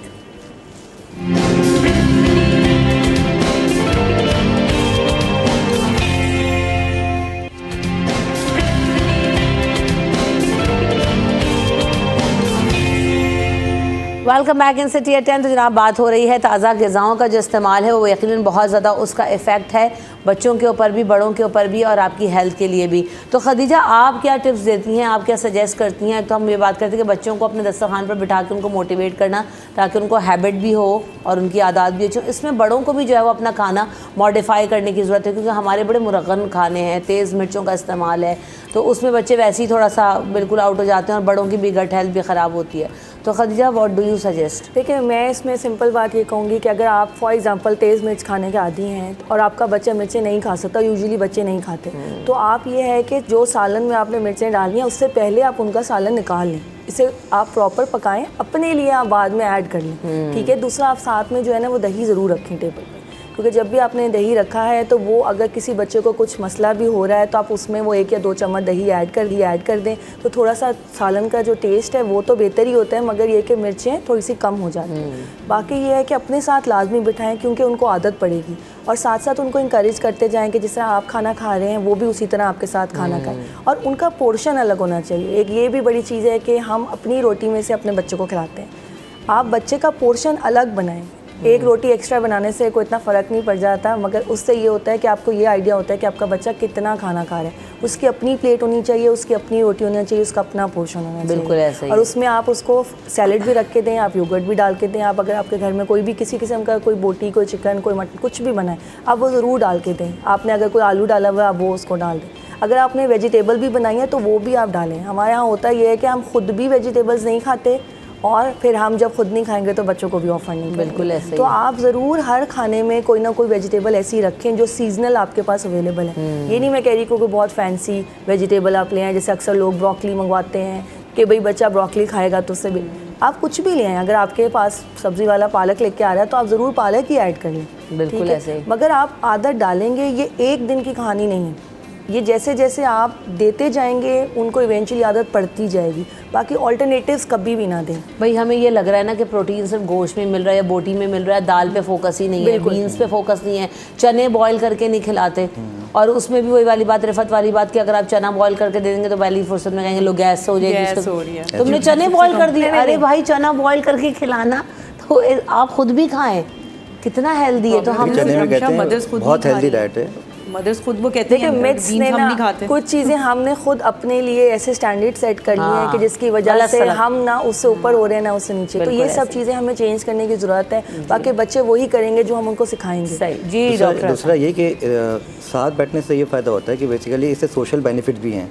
जब बच्चा आपके साथ बैठेगा ना, वो सीखेगा किस तरह से बैठना है, किस तरह उठना है, और बहुत सारी बातें ऐसी होती है, जैसे स्कूल जाता है वो बहुत सी बातें शेयर नहीं करता आपसे बैठ के। वो एक अच्छा वक्त होता है जिस हिसाब से बातें शेयर करता है, और आपको देखता है यार कि आप उसकी बहुत सी बातें सुन के उसको सॉल्यूशन निकाल, बेटा आपने ऐसे करना है, ऐसे नहीं करना। वो बताता है पापा आज मुझे ना जो फलाना दोस्त ने मुझे जो है वो तंग किया मुझे, तो आप उसकी बात सुनते हैं, समझाते हैं। अगर जहाँ उसकी मिस्टेक हो तो आपने उसको बताया कि नहीं आप ऐसे नहीं करना, ऐसे करना है। तो ये जो चीज़ें ना, और फिर किस तरह से बैठ खाना है, क्या खाना है, ऐसे बता रही हैं कि हम लोग जब छोटे थे मुझे लेडी फिंगर बिल्कुल पसंद नहीं थी, भिंडी, लेकिन मम्मा जो ना हमें रोज़ाना हमेशा भिंडी बना के खिलाती थी आपने। अब वो वही हम मेरे बेटे को देख रहा हूँ, मेरी वाइफ क्या करती है वो नहीं खिलाती। मैं कहा नहीं, कुछ भी आपने देना है ज़बरदस्ती इनके मुंह में डालें, एक निवाला दो निवाला भले उसके बाद ना, लेकिन ये कि उसके बाद टेस्ट डेवलप होगा उसका, तो that's going to be beneficial. इसी तरह से ना फ्रूट्स देख के भी बच्चे भाग रहे होते हैं, क्योंकि उन्हें जैसे एक आधा फ्रूट तो पता है, एप्पल पता है, बनाना पता है, मैंगो पता है, वाटरमेलन बच्चे या स्ट्रॉबेरी शौक से खा लेते हैं। बाकी फ्रूट्स अगर आप उनको खिलाएंगे तो उनको समझ ही नहीं आता ये क्या है। तो वही वाली बात है कि हमें 1-2 करके मैं भी बच्चों को कहती हूँ कि यार आप इंट्रोड्यूस ज़रूर करो, आप एक दफ़ा खा के देखो, या आपको नहीं पसंद आएगा आप दोबारा इसको थोड़े दिनों के बाद ट्राई करना। एक मेरा जो बड़ा वाला बेटा है उसको डेट्स बिल्कुल नहीं समझ आते, या ड्राई फ्रूट्स बिल्कुल नहीं समझ, आलमंड के। तो मैं कहती हूँ अच्छा तुम थोड़े दिन के बाद ना थोड़ा थोड़ा ट्राई किया करो, शायद तुम्हें अब बड़े हो गए तो अच्छा लगेगा। तो लाइक हम उसको थोड़े दिनों में इंट्रोड्यूस करते रहते हैं, लेकिन ये है कि एक टाइम पे आके शायद जो है आपके टेस्ट बर्ड डेवलप हो जाएँ, तो वो हेल्दी जो चीज़ें हैं उसको हमें कराते रहना चाहिए। ये दूसरा मोशन का आप बात कर रहे थे कि तो मैं कह रहा था कि लाइक बहुत से पेशेंट ऐसे होते हैं जो बच्चे जिनको जो वीनिंग के बाद या थोड़ी बड़ी उम्र में भी उनको ये होता है कि मोशन स्टार्ट हो जाती है, गैसेस बनना शुरू हो जाते हैं, खून कम रहता है उनका, तो उनमें बेसिकली जो है ना गंदम से एलर्जी की बीमारी होती है, हम सीलिएक डिजीज़ कहते हैं। तो अक्सर वो पेशेंट ना बहुत मिस हो जाते हैं और बेचारे वो वैसे चल रहे थे। लाइक मेरे पास एक पेशेंट आया था रिसेंटली, जो कि बेचारा इंटीरियर से आया था और उसको थैलेसीमिया करके उसको मैनेज किया जा रहा था उसको। उसका मतलब इसकी एज अराउंड 15 ईयर्स थी, बट आप देखें तो उसको आप 6-7 साल का लगेगा आपको बच्चा हो। तो मतलब it was really unbelievable for me. तो उसका मैं टेस्ट करवाया, उसका सीलिएक डिजीज़ का, उसका एंडोस्कोपी करवाई और उसकी जो है की और ब्लड टेस्ट किए। तो उसमें आई फाउंड आउट कि इसका जो सीलिएक डिजीज़ था, गंदम से एलर्जी थी। उसकी मैंने गंदम से स्टॉप करवाई जितने भी ग्लूटेन कंटेनिंग फूड्स थे। उसके बाद 6 मंथ के अंदर माशाल्लाह उसका हीमोग्लोबिन 12 हो गया और उसके जो है ना वो सारे सब कुछ माशाल्लाह उसकी हाइट भी ग्रो करने शुरू कर गई, एक्टिविटी हो गई।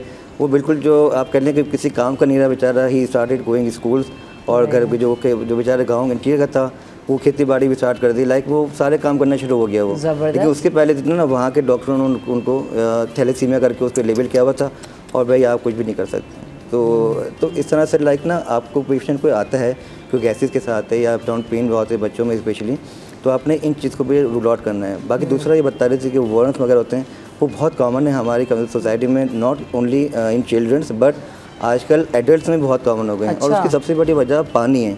मैं हर प्रोग्राम पे ये कहता हूँ कि भाई पानी का जो है ना प्रॉपर इंटेक करें। इवन जो कैंट्स वगैरह में जो पानी आ रहे हैं ना, इनको भी प्रॉपर जो है ना बॉयल्स की ज़रूरत है, प्रॉपर स्टेराइल होने की ज़रूरत है। ये पानी उस तरह से प्रॉपर नहीं है कि मतलब आपकी जो है ना वो आप खा लें और कोई आपको कुछ भी नहीं हो रहा। कितने ऐसे पेशेंट्स हैं मेरे पास जो मैंने वो एक दफ़ा ट्रीट किया, दोबारा हो गया। मैंने कहा आप अपना पानी चेंज क्यों नहीं करते? पानी चेंज किया, उसके बाद अल्हम्दुलिल्लाह दे सेटल और उसके बाद फिर उनको आने की ज़रूरत नहीं पड़ी उनको हमारे पास। सही, मोशन वगैरह सेटल। जैसे भी गंदम का बता रहे हैं, गंदम से कुछ बच्चों को एलर्जी होती है, नहीं पता चल रहा होता है। इस तरह लैक्टोज फ्री जो बच्चों को कह रहे होते हैं कि मिल्क देना होगा, वो क्या है? बच्चों को एलर्जी होती है, क्या होता है एक्चुअली कैसे पता कैसे लगता है वो? लैक्टोज इंटॉलरेंट बहुत अर्ली डायग्नोस हो जाता है जब बच्चे मदर फीड के ऊपर नहीं होते हैं एक्सक्लूसिव, और वो कॉम्बिनेशन फीड ले रहे होते हैं या सिर्फ टॉप फीड ले रहे होते हैं। तो उन बच्चों में होता ये है कि जो भी वो दूध जब भी पीते हैं वो उनको सही से हज़म नहीं होता। उसमें मोस्टली जो है ना डायरिया बार बार होना शुरू हो जाता है, क्योंकि आपकी जो लैक्टोज शुगर है वो आपके जिस्म में वो एंजाइम नहीं है जो उसको डाइजेस्ट कर सके। इसकी वजह से वो आपके जिस्म में एक आम अल्फाज में कह लें कि आंतों में तोड़ फोड़ शुरू कर देती है, जिसकी वजह से बहुत ज़्यादा गैसेस रिलीज़ होते हैं। बच्चा बहुत अनकंफर्टेबल होता है और बहुत क्लासिकली पेरेंट्स आके बताते हैं कि दूध पिलाने के बाद ही हमने नोटिस किया है कि बच्चा गैसी हो जाता है। जहाँ उसको दूध पीने के बाद पेट भर जाने के बाद खुश हो जाना चाहिए, वो बच्चा खुश नहीं होता, अनकंफर्टेबल रहेगा जब तक वो स्टूल पास ना कर ले, और स्टूल भी बहुत ज़्यादा करेगा, बहुत लूज़, बहुत वाटरी। तो ये क्लासिकल साइन होता है कि that means something in the milk is causing the trouble और वो बच्चा हज़म नहीं कर रहा है। हम उसके लिए टेस्ट करवाते हैं, ख़ास वो रिड्यूसिंग सब्सटेंस का स्टूल में टेस्ट करवाते हैं, और वो हमारे लिए एक मार्कर होता है कि नहीं, ये बच्चे को जो है ना ये शुगर हज़म नहीं हो रही है, तो हमने उसका लैक्टोज बंद करना है, उसको फ़िलहाल लैक्टोज फ्री फार्मूला पे डालना है ताकि वो उसको हज़म कर सके। और खाने पीने में उसकी किन चीज़ों का ख्याल रखना पड़ता है? जब वो वीनिंग एज पे आ जाते हैं तो we have to make sure कि उस वक्त भी हम मिल्क जो है लैक्टोज फ्री ही रखें।